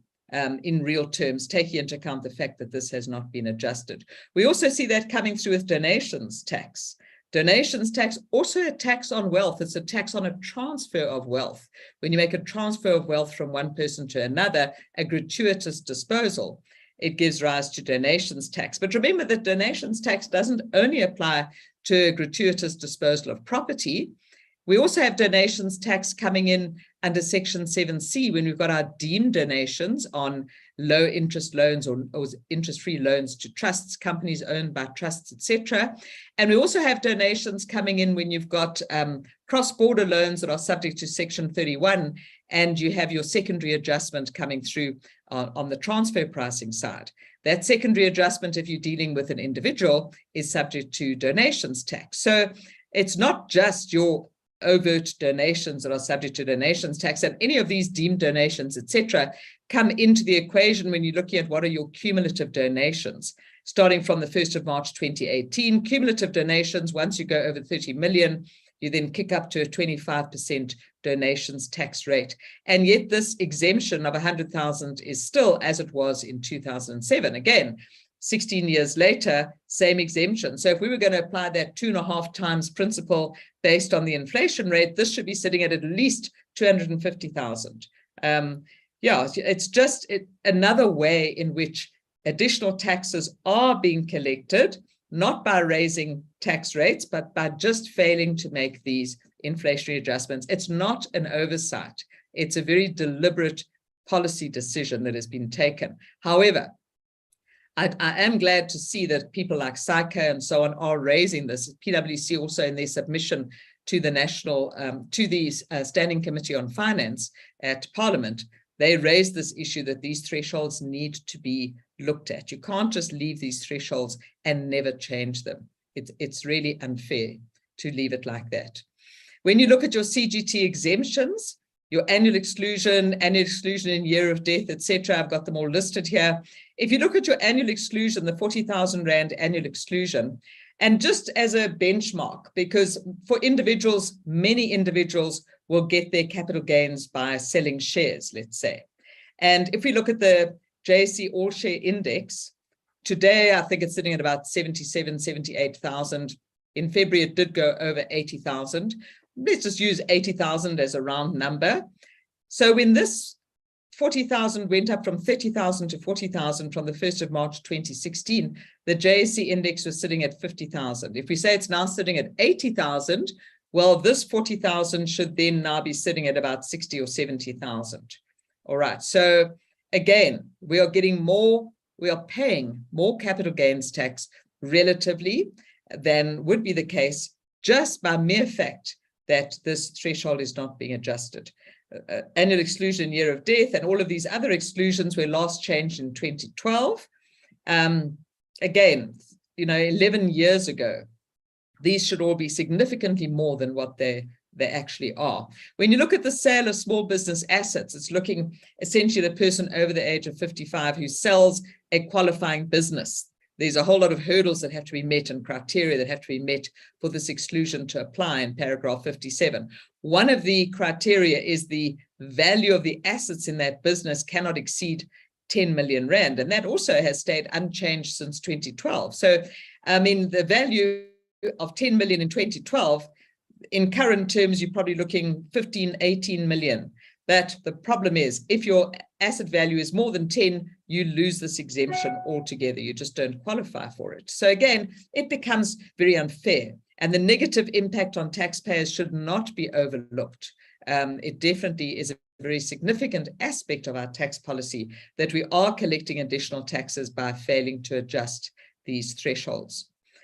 Okay, the CGT inclusion rates. Well, these inclusion rates, the 40% and the 80%, that came in from 1st of March 2016. At that stage, there was some speculation that we might be moving towards 100% for companies and 50% for individuals. Interesting, there has been no further move on that. So I guess maybe be grateful for small mercies that at least that has stayed the same.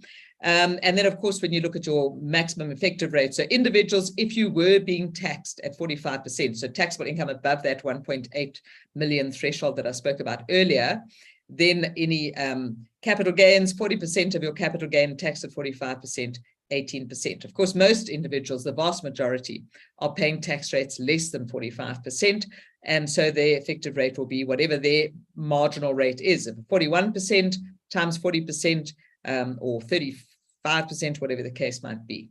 Companies, of course, 28% going down to 27% for years of assessment ending on or after 31 March 23. So your effective tax rate on CGT, 22.4 down to 21.6. Small business corporations, obviously, this will be the maximum effective rate. So it just depends, because obviously they'd be taxed according to the special table, which we'll come to just now. On trusts, 45% tax rate, inclusion rate 80%, so that's an effective tax rate of 36%. So looking at the company tax rate, and I mentioned the 28 going down to 27, for years of assessment ending on or after 31 March 23, dividends tax still staying at 20%. So if you look at the effective tax rate on fully distributed profits, once your profit's going all the way through to the ultimate shareholder being an individual, so if you had pre-tax profit of 100 Rand, you paid 27 Rand headline company tax, you're left with 73 Rand to distribute as a dividend. That's taxed, 20% dividends tax is taken off that. So that would be another 14 Rand 60. And so by the time those profits reach the ultimate shareholder, they would have been subject to 41 Rand 60 or 41.6% tax. So your effective tax rate on fully distributed profit. So with a drop in the company tax rate from 28 down to 27, we see that this rate drops from 42.4 down to 41.6. Just a useful benchmark. Small business corporations, of course, for years of assessment ending on or after 1 April 2023. This is the new table released with the budget speech. And so this threshold, 95750, that's always the tax threshold for individuals under the age of 65. So if you're a small business corporation, that must be that you meet the definition in terms of Section 12E of the Income Tax Act. And remember that you have to check on this every single year. It's not a case of once an SPC, always an SPC. I mean, each year of assessment, you've got to look at the criteria and evaluate whether that company or closed corporation meets the definition of a small business corporation. If it does, then it's taxed according to the special tax table. If it doesn't, then it's a straight 28 or 27%. All right, so years of assessment ending on or after 1 April 23, obviously you'd be at 27%. But if you're a small business corporation, then you've got this tiered tax table. So the 27% only applies to your taxable income exceeding 550,000. Now, for years of assessment ending on or after 31 March, there we've got the old threshold, okay, but you've got your 27%, all right. Yeah, because the new threshold only comes in for years of assessment ending on or after 1 April 23. So your 28 goes down to 27 for years of assessment ending on or after 31 March 23, and you're still on this kind of previous version of the tax table, which means your first 91250 is tax-free. Okay, so for small business corporations, just be careful according to what your year end is. If your year end is February 2023, then you've got this table, but then you've got the 28% tax rate over here. Okay. All right, so that's your small business corporations. And of course, if we continue in the vein of looking at small business, we go to the very, very small, the micro business. If you have a micro business that has registered for turnover tax, so now they're registered as a micro business, and that means they have to meet certain criteria, and then they are subject to the turnover tax that applies to the income of that business. And here we've seen nothing that's changed since 2015. So for 8 years, same table, nothing changes there at all. Now, tax incentives, and just an interesting point, and I've just put this point from the budget speech of last year, highlighting that the CATS Commission, which was very disfavored towards tax incentives, CATS Commission was of the view that we should have no tax incentives whatsoever. Davis Committee was a little bit more lenient, but they did say that the incentives must be regularly reviewed. And any tax incentives that have not widened any social or economic benefits must not be renewed. And we have, in fact, seen some of the incentives falling away. Now, what we do see here, the changes that are happening, is that this 11D research and development incentive, that is currently being overhauled. It's currently under review. There was some draft legislation released towards the end of last year, but it will come through in this year's draft bill. It was just put out for initial comment while they are sort of fine-tuning all of the aspects of the new 11D, and they've extended this incentive through to the end of December 2033, so for another 10 years. Okay, it was due to end at the end of this year, but now it's pushed out for another 10 years. But it also apparently, and we'll have to see this in the draft legislation, it's also going to be more usable, and it's going to have application more to your smaller businesses as well. Let's hope that is the case. So these ones you'll see are the ones that have fallen away, the 12D and the 12E. Oh, sorry, those have no sunset date. The learnership allowance up to the 31st of March 24 next year, and then it remains to be seen if they extend it beyond that. Energy efficiency incentive up to the end of December 25. And let's just jump down to the other one that has changed, which is the urban development zone allowance under Section 13 QOP. That's been pushed out by 2 years. And so it's now available up until the end of March 25. They're actually still reviewing that allowance. And so this is just an interim measure to push it out by 2 years while they continue with their review to see whether they should push that incentive out even further. What date is the change in the company tax rate? So Henry, so it's for years of assessment ending on or after 31 March 2023. So if I just go back over here, so 31 March 2023, if your year of assessment ends on or after that date, then you're looking at a 27% tax rate. If your year of assessment ends prior to that date, you're looking at a 28%. So that if it was a February year end, February 2023, then for your taxable income for February 2023 year is taxed at 28%. If it's a March year end, it's taxed at 27%. All right, another interesting amendment that came through, a little bit unexpected, although every year, you know, we kind of calling for these transfer duty rates to be amended. And this year they did give another 10% adjustment to the threshold so that your property now up to 1.1 million has no transfer duty, and all the way across the board, that 10% adjustment applies. So the actual tax rates are the same, max 13%, but your actual thresholds have been adjusted by 10%. So that comes in for property acquired from the 1st of March 2023. And I see this is in the draft rates and monetary amounts and amendment of revenue laws bill, that they've got this transfer duty amendment. Other withholding taxes, no changes there. So you've got interest withholding tax, royalties withholding tax, foreign entertainers and sports persons, 15%. Under 35A with non-resident persons disposing of property, all right, if the consideration exceeds 2 million and you don't have a directive, then you're going to, when the money is paid to the non-resident, there has to be the withholding according to the type of person that the non-resident is. Okay, the non-resident who is selling the property, because remember that non-residents are still subject to SA capital gains tax on the sale of SA immovable property. And this is just an initial way of collecting the tax that's owing, is with this upfront withholding.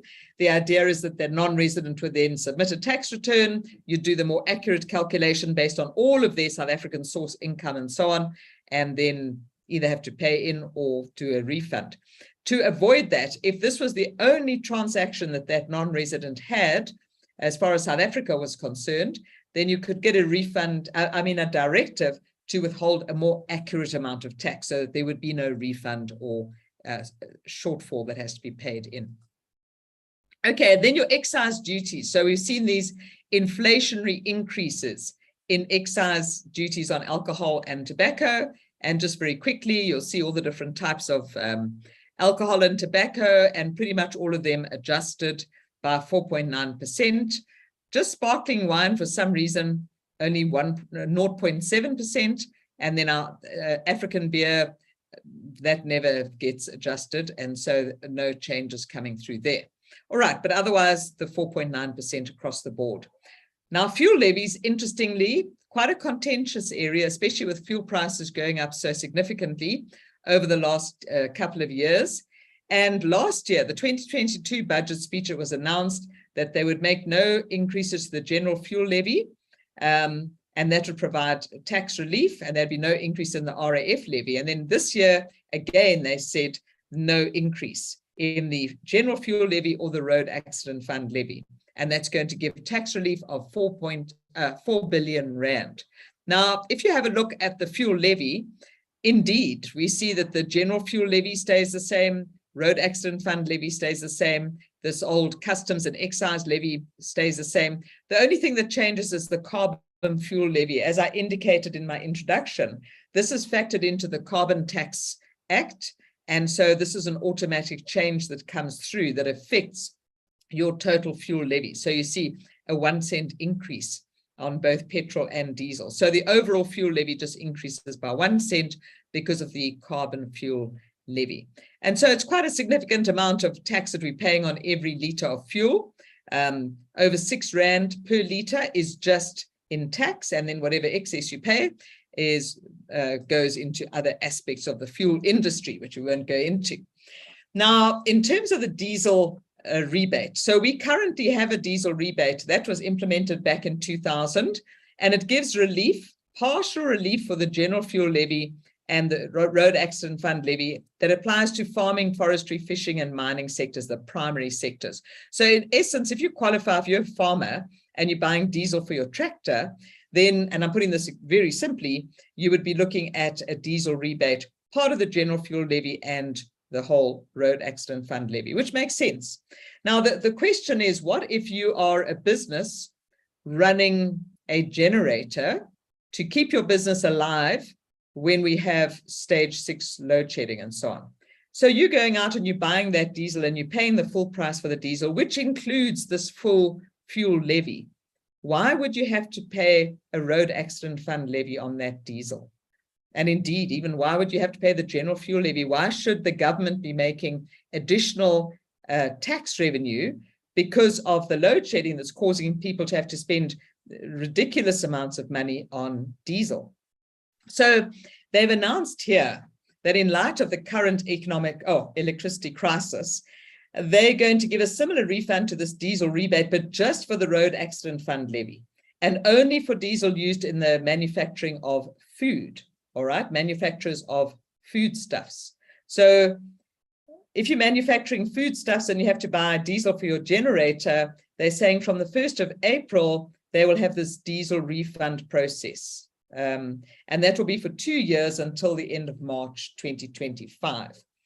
So in essence, again, putting it very simply, it would seem that if you're a manufacturer of foodstuffs and you pay for your diesel, along the line, you will claim this rebate equal to 2.18 rand per litre of diesel that goes into your generator. And if it's anything like the farmer's diesel rebate, you're going to have to keep extensive documentation and be ready for SARS audits every time you claim the rebate. But what is also interesting is that they've also only extended this to manufacturers of foodstuffs. Immediately, there was a heated response from the retail industry saying, why have they been left out of this? It's hugely unfair. And also, what happens if you're a retailer who does manufacture some foodstuffs, like you bake bread on the premises and so on, and you use a generator for that? You know, exactly where's the line going to be drawn in terms of who gets this rebate and who doesn't? So that remains to be seen. They still have to give us the legislation on that, but they are saying this is relief that is granted to limit. There's a new word, impact, okay? Limit the impact of power cuts on food prices. Well, yeah, but it's very limited, maybe a little bit too limited, but it remains to be seen when we get the legislation on that. When does the new transfer, so as I mentioned on the slide for property acquired, you can actually see the exact wording in the draft monetary amounts bill, which is on the SARS website under legislation, draft legislation, but it's property acquired on or after 1 March 2023 is subject to the new transfer duty rates. Right, and then on to the carbon tax. I won't say too much about this, but basically the carbon tax came in 2019, and from that base rate of 120 Rand per ton of carbon dioxide equivalent, we've seen increases every year. This was actually, it's built into the Carbon Tax Act that up to December 2022, there will be an annual inflationary adjustment, which is going to be the November CPI plus 2%. So you'll see we've had 2020, 21, 22, and then from January 23. So from December 22, effective January 23, take the November CPI plus 2%, and that's your percentage increase. So that carries through to the rate per ton, which is now revised upwards to 159. You can see the impact of inflation there. Now, granted, that has increased by inflation over these years, but it is offset because this first phase of the tax has this kind of a soft rollout. So the offsets that are available to offset the impact of the actual tax while people get used to this system. That has been last year, that first phase was extended up to December 2025. All right. And so that also means that this date of December 22 also goes out to December 25, where we've got the annual increases coming through.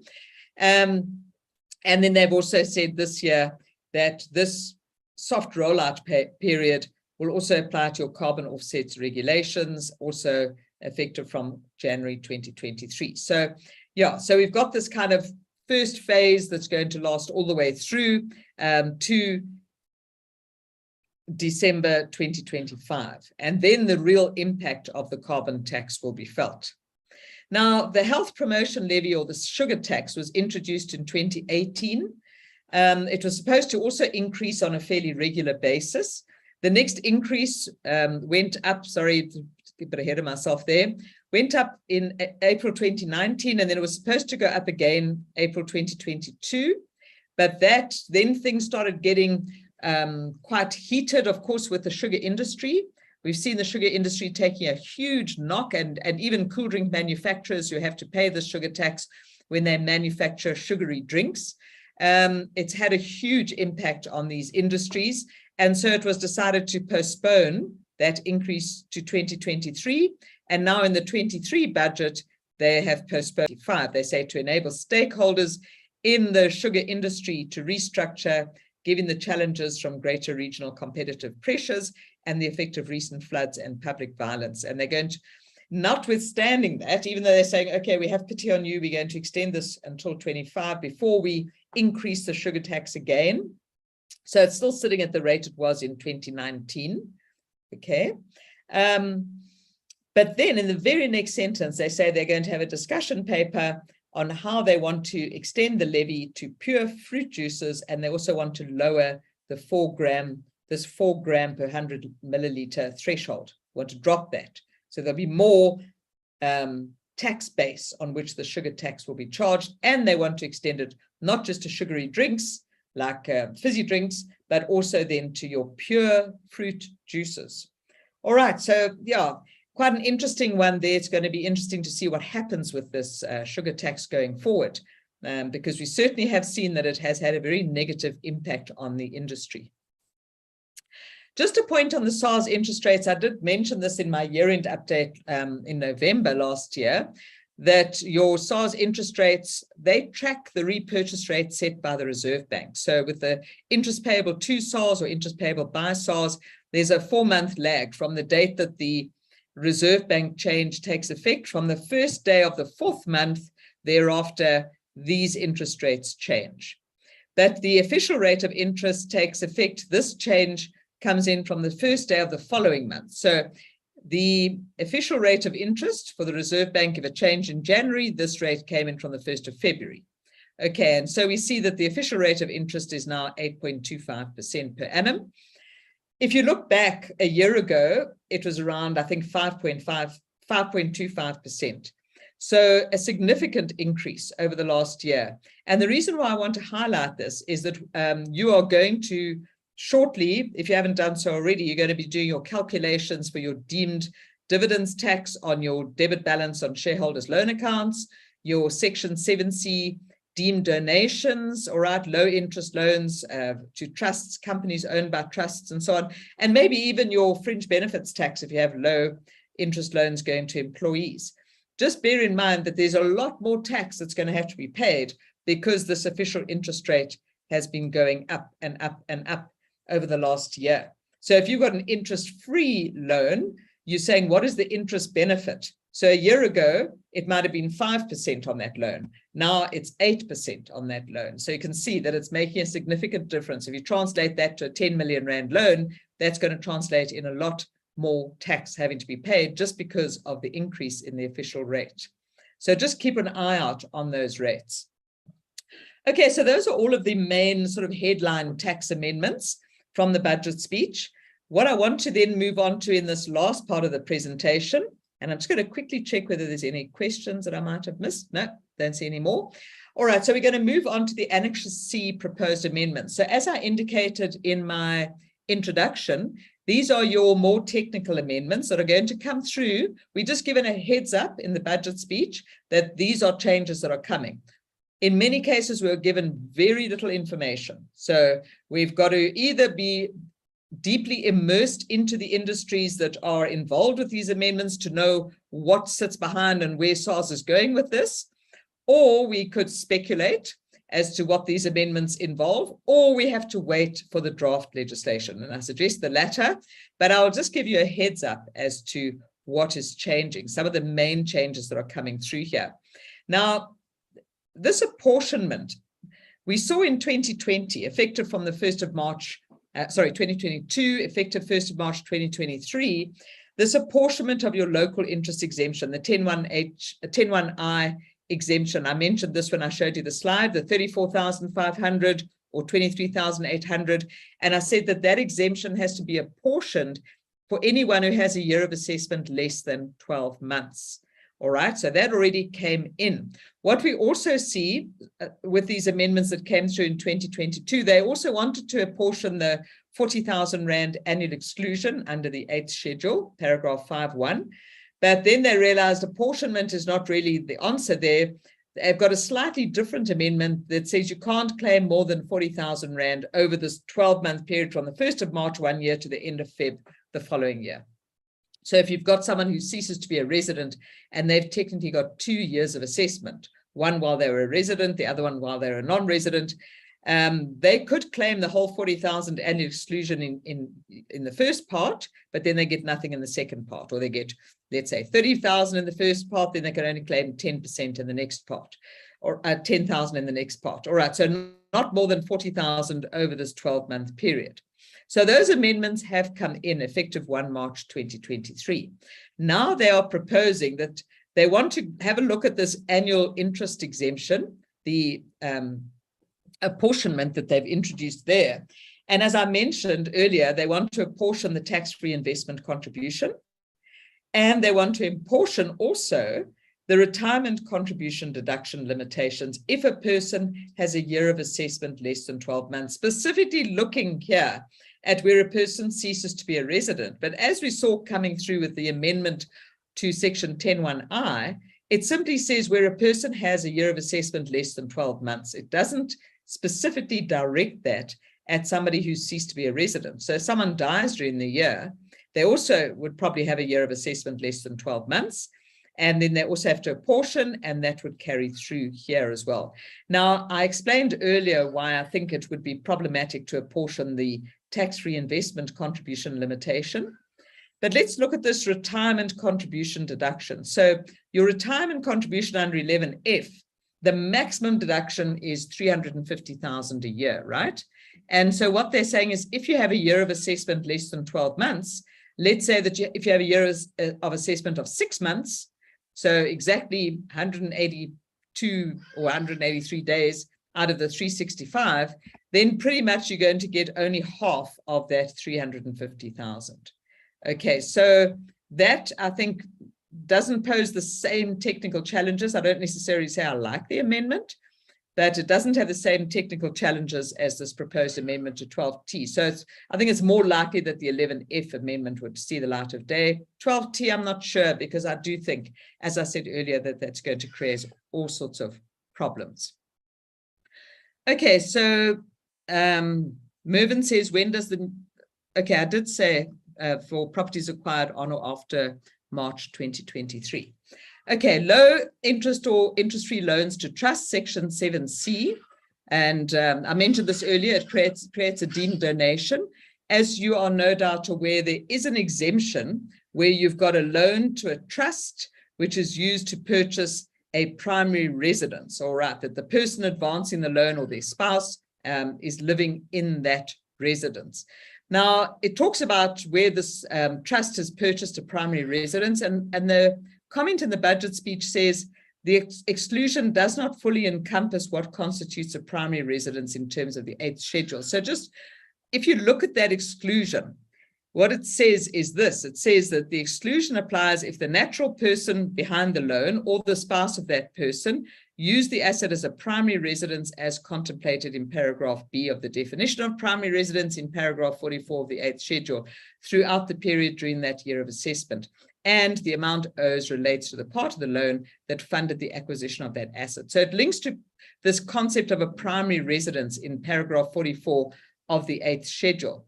Now, of course, if the house is owned by a trust other than a special trust, that trust is not going to get the primary residence exclusion.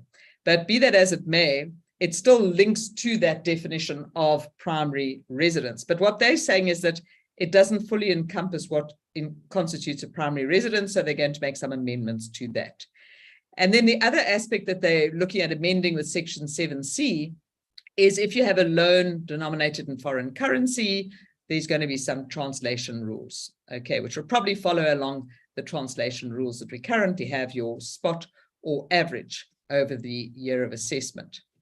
Okay, so that's your amendments to section 7C, largely technical amendments. An important statement around practice notes 31 and 37.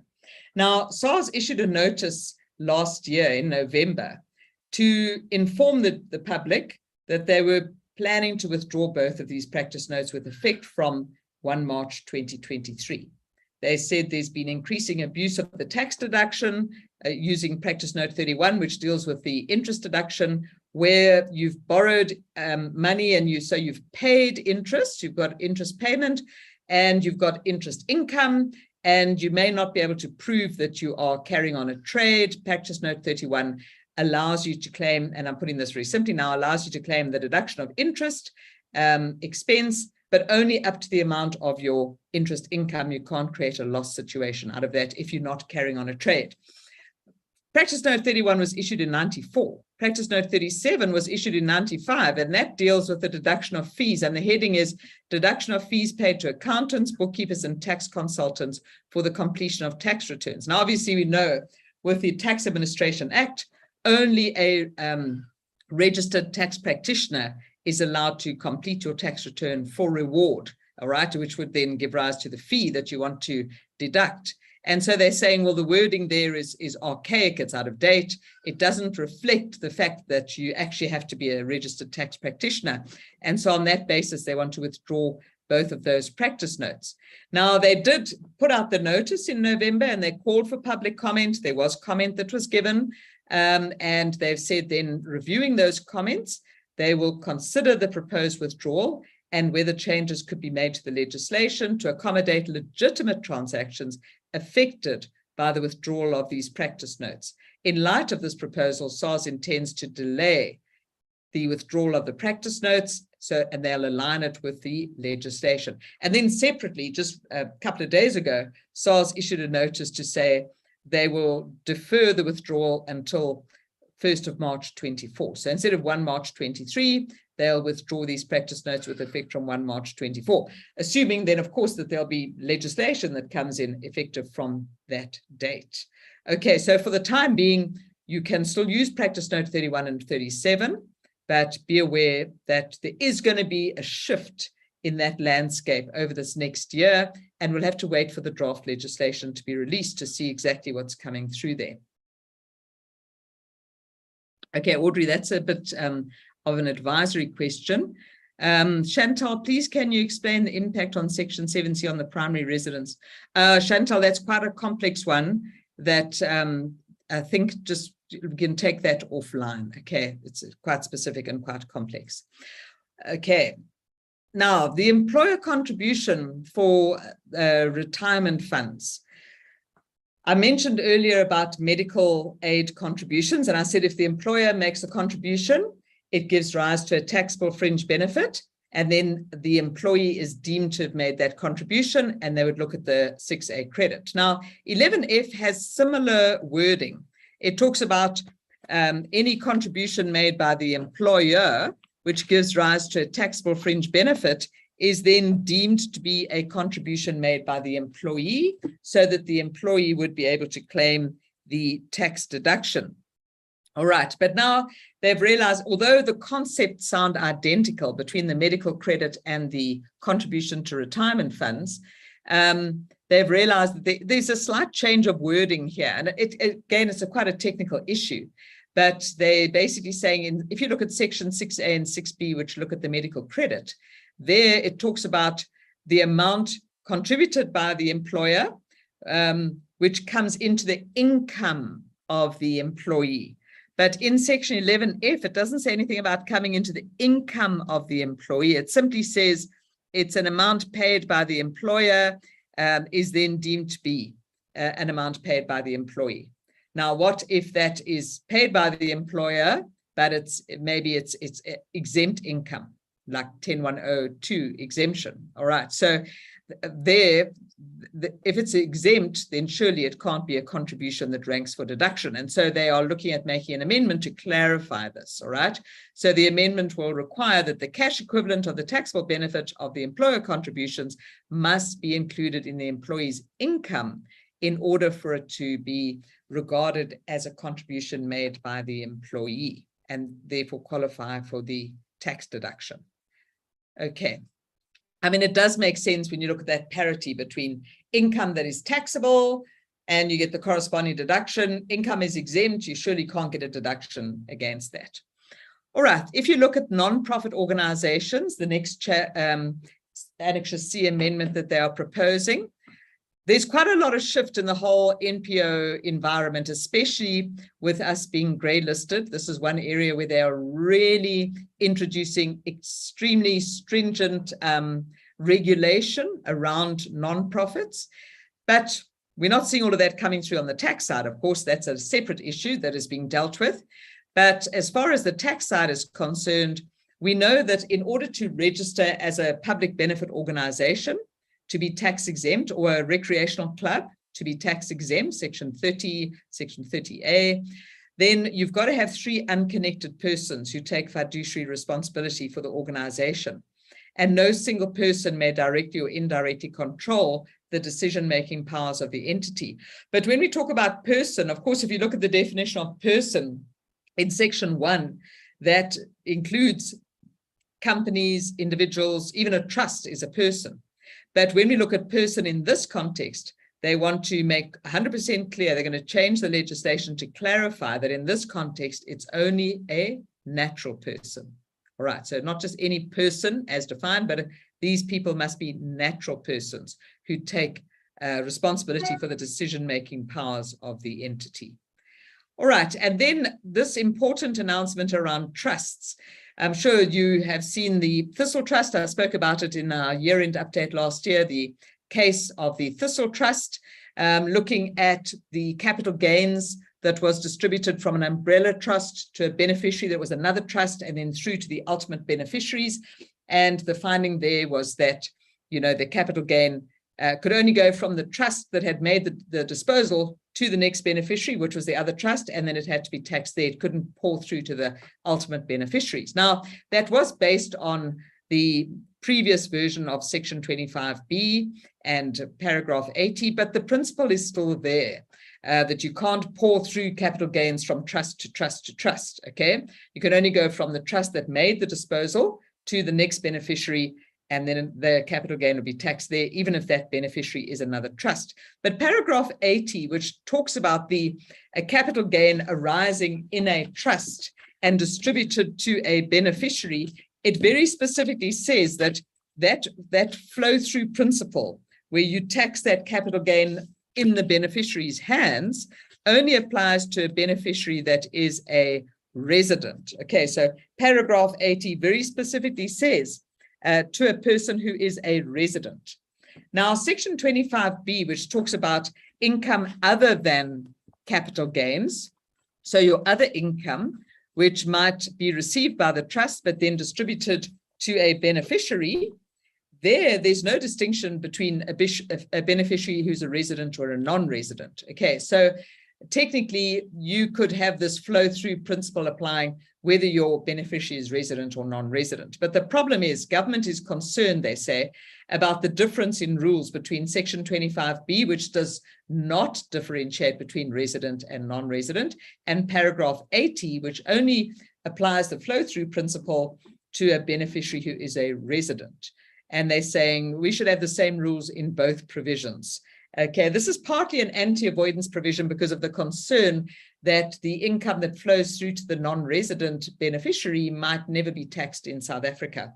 And so they want to change this to make sure that it will be taxed in South Africa. And the way they're going to do that is that you can't have it, you can distribute it, but for tax purposes, you're not going to have the flow-through principle. It's going to be taxed in the hands of the trust. Okay, and then remember, trust pays tax at 45%, and we spoke about the CGT inclusion rate of 80%. So it is a more onerous tax treatment. So they still have to draft the legislation around this. It looks like this amendment will come into effect probably from the 1st of March 2024, but we'll have to have a look when we see the draft amendments coming through in July. Look very carefully to see exactly what the date of this change is going to be.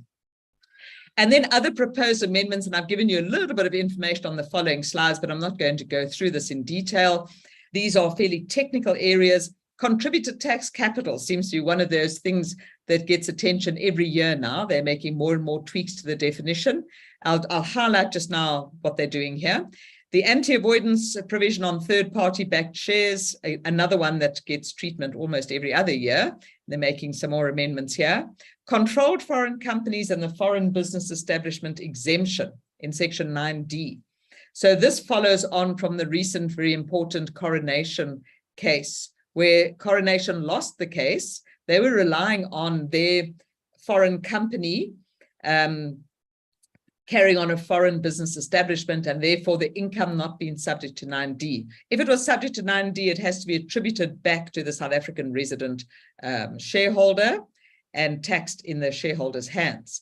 They were saying that it was exempt. It wasn't subject to 9D because it was a foreign business establishment, and they lost the case. And now it seems that SARS wants to kind of take that judgment and put it into the legislation to clarify exactly what a foreign business establishment would be, and this fairly limited view that was taken in this judgment.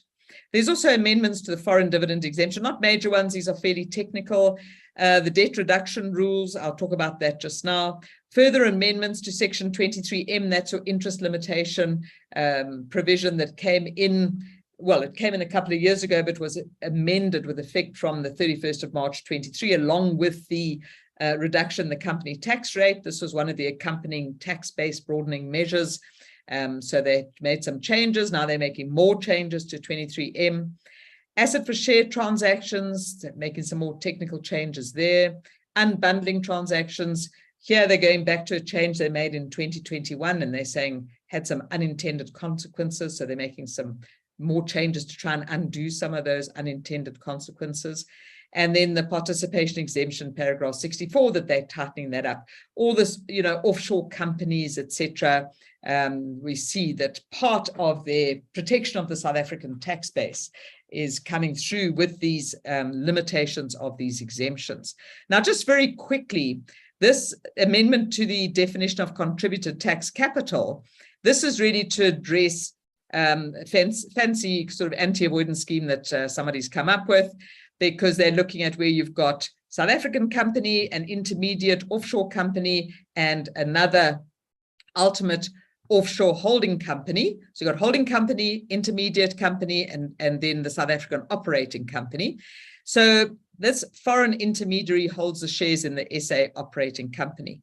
Now, the thing is that basically, if we did a distribution here, you would have certain dividends tax coming in, except that if you've got a distribution from contributed tax capital, then it's not a dividend. Now, what they're saying here is that this foreign intermediary, if we then make that a South African company, if it becomes a resident, then your CTC is measured as the market value of the shares on the date before it becomes a resident. So you could kind of step up your CTC, if you like, to that market value.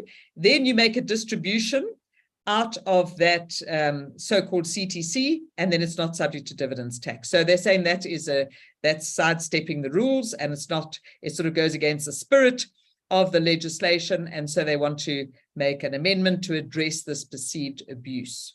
Okay, then if we just go quickly through these other ones, they also want to, in terms of contributed tax capital, if you are going to have foreign currency translated to rands, how do we do that translation?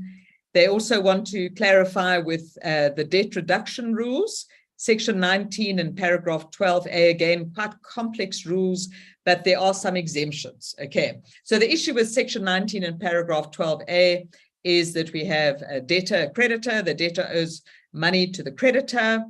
If the debt is waived, if it comes into the definition of concession or compromise, we see the same definition pretty much in Section 19, paragraph 12A.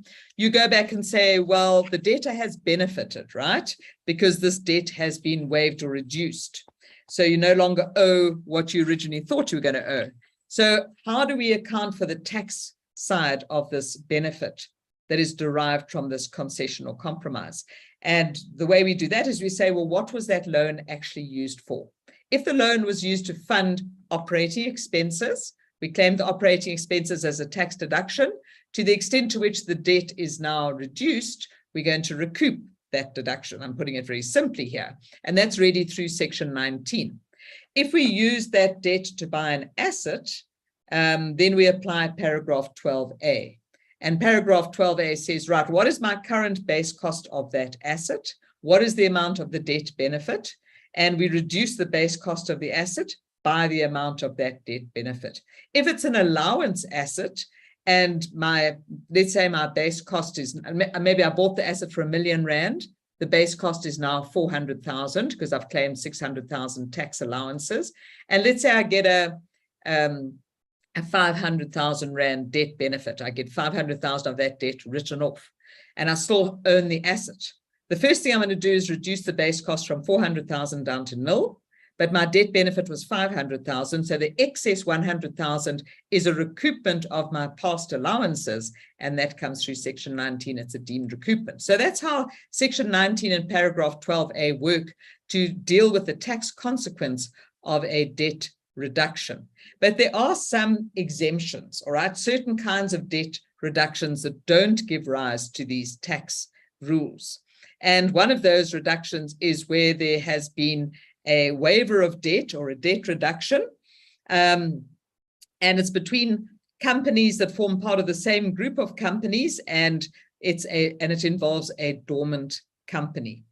So the debtor company is dormant. Now, to say a debtor company is dormant, it must be that it has not traded in the last 2 years of assessment, all right? So it has not conducted trading activities in the year of assessment in which the debt benefit arises and in the previous year of assessment. So in order to be dormant, it must have been, nothing happening in the last 2 years.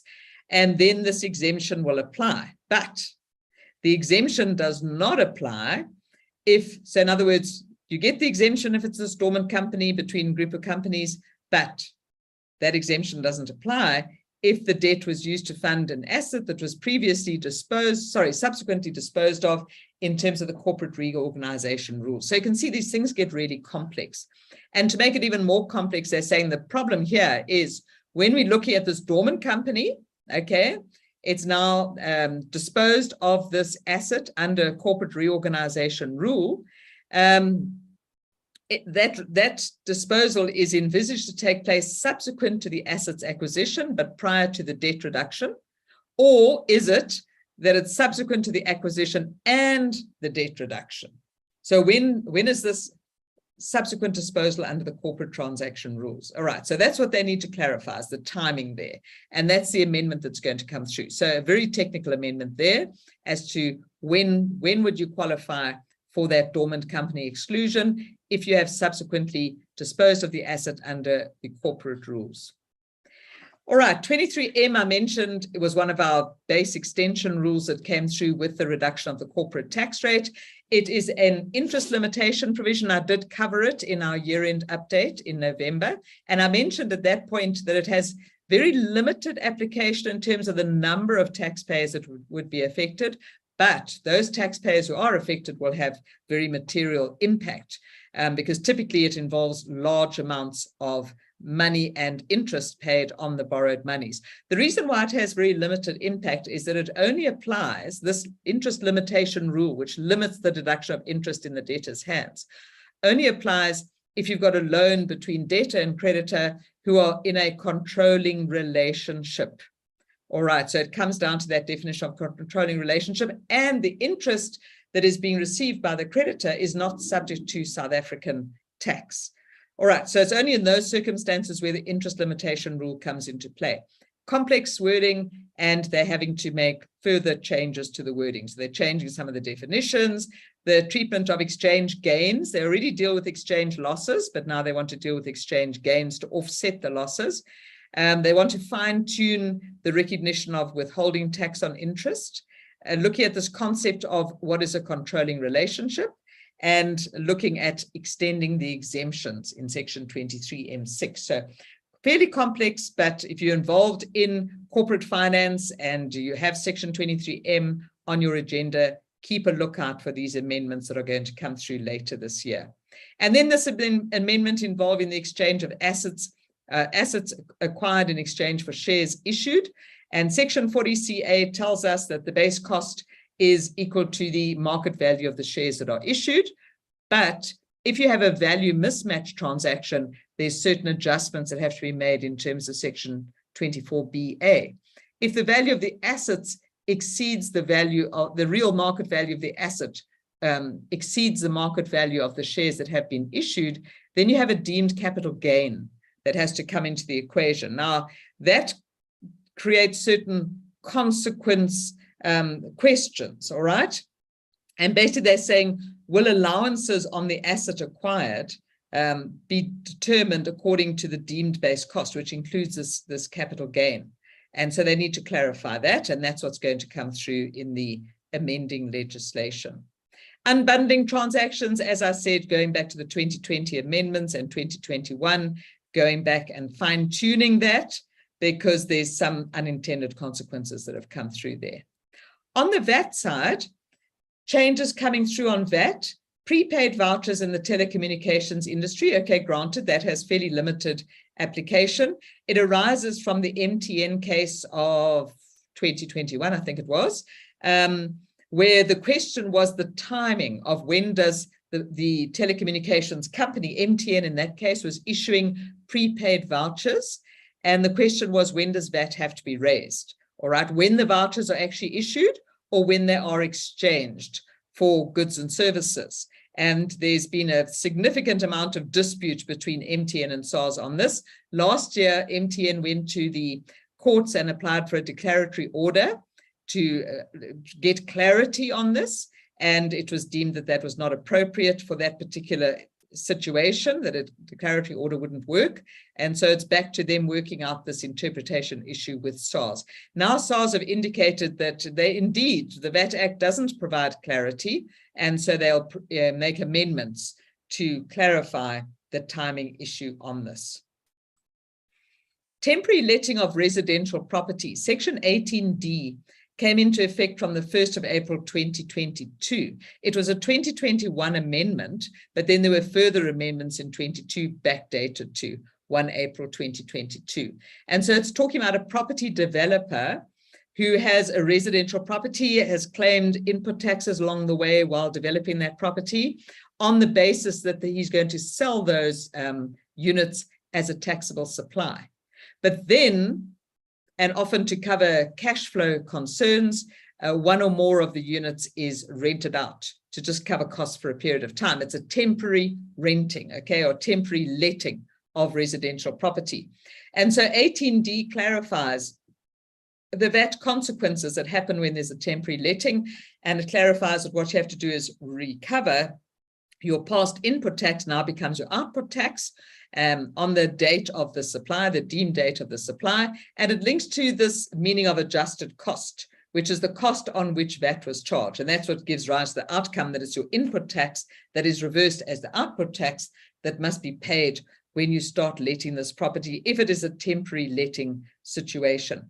And so there's some technical changes that they are making to this provision. All right, just tidying up some of the issues that are there, not substantially changing the amendment, but just tidying up, as I say, some of the wording in the legislation. On the tax administration side, tax administration becoming front and center of all of our lives as tax practitioners and tax advisors. And so the changes that are coming through here on the tax administration side, first of all, looking at your third-party notices and your personal income tax administration reform. And they say that the PAYE and personal income tax administration reform announced in the 2020 budget is still progressing. Their vision, 2024, is that all employer and third-party data should be submitted monthly. So currently we're on a 6-month reconciliation situation, right? Yes, you do your monthly EMP 201 submission, but on a 6-monthly basis, you reconcile all of that employees' tax for the 6 months. What they're working towards is doing this on a monthly basis. Okay, so they are working towards an automated employer and employee data on a monthly basis, and it's expected that the need for your annual or 6-monthly reconciliations will fall away because you'll be doing this on a real-time basis, month by month by month. And the planned implementation of that is 1 March 2024. So don't worry about it just yet, but it is something that is coming next year. Something that you do need to think about if you know of any non-resident employers. So the employer is a non-resident and they're employing people who are working in South Africa. They're earning remuneration in South Africa. Now, in terms of the 4th schedule, an employer who's paying remuneration is required to register. And if you're a non-resident employer, you should be withholding employees' tax. You should be using an agent or a representative to do that. But it's perhaps not prescriptive enough, because it does say that if you're a non-resident employer using your agent or representative, they will pay the employee's tax on your behalf. But the issue is that you also have the provisional tax rules that say that if you're an employee earning remuneration from an employer who is not registered, that makes you as the employee a provisional taxpayer. You need to settle your tax through the provisional tax system. But the issue is, what about the skills development levy and the UIF? And so they want to make these rules tighter to make quite sure that if you are a non-resident who is employing people in South Africa, that you have to register as an employer, and you would then be subject to skills development levy and unemployment insurance contributions. So if you do know any non-resident employers, the advice is to register as soon as possible with SARS so that you don't end up with any penalties going forward. And as far as tax directives are concerned, we know that SARS has done quite a lot of work in the tax directive area. They had a webinar, I think it was last month, explaining all the changes on the tax directive side. So tax directives are where employers are granted permission to vary the employee's tax withholding. And that specifically allows foreign taxes. But what they don't currently cater for is remuneration arising from share options and similar schemes. And they're saying that they want to vary that. And so they are going to be making some amendments as far as the directive legislation is concerned. On 18A, so PBOs are currently listed on the SARS website. If you make an 18A donation, you can check that it is somebody who's registered for purposes of 18A. And they're now saying that they will be able to disclose not just PBOs that have 18A status, and so PBOs under Section 30 that have 18A status, but all entities with 18A approval. So not a huge issue there, I think, but that they would be able to make that information available. And then auto assessments, you will remember from the filing season that where a person was auto assessed, they had 40 days in which to submit a true and proper return. And there was a lot of issues around that 40-day period because it didn't coincide with the end of the actual filing season for non-provisional taxpayers. So now they're saying that going forward, they want to pass an amendment to enable SARS to extend this period by public notice. We all know that we've been grey listed, unfortunately, And so that does come with extra regulation. I think maybe anticipating the grey listing, there was this notice in the budget speech that amendments are going to come about to align with the national strategy on anti-money laundering, et cetera, et cetera. And also they mentioned that they'll also be looking at crypto currency and crypto assets in this regard as well. Okay, and that really brings me to the end of the presentation. I think I'm just coming in time. Let's just have a look and see if there's any other questions. Okay, the rebate on the road accident fund with the diesel. Yeah, Peter, I can't give you any real information on that because the diesel rebate is quite a complex issue and we'd really have to wait for the legislation. Unfortunately, you know, this is going live on the 1st of April, supposedly, but we don't have much information on how this is going to work. In fact, we don't have anything really at this stage. Section 7C, not applicable for interest on loans to trusts that own a primary residence. Well, that section 7C, and it comes back to, I had to skip over the question earlier, that section 7C exemption, I'll tell you when that was effective from.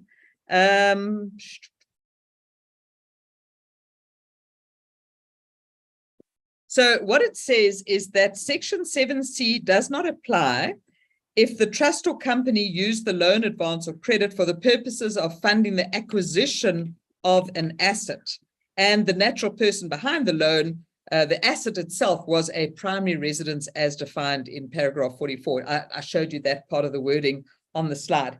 That amendment came into effect from the 1st of January 2021. Okay, so just answer on that one.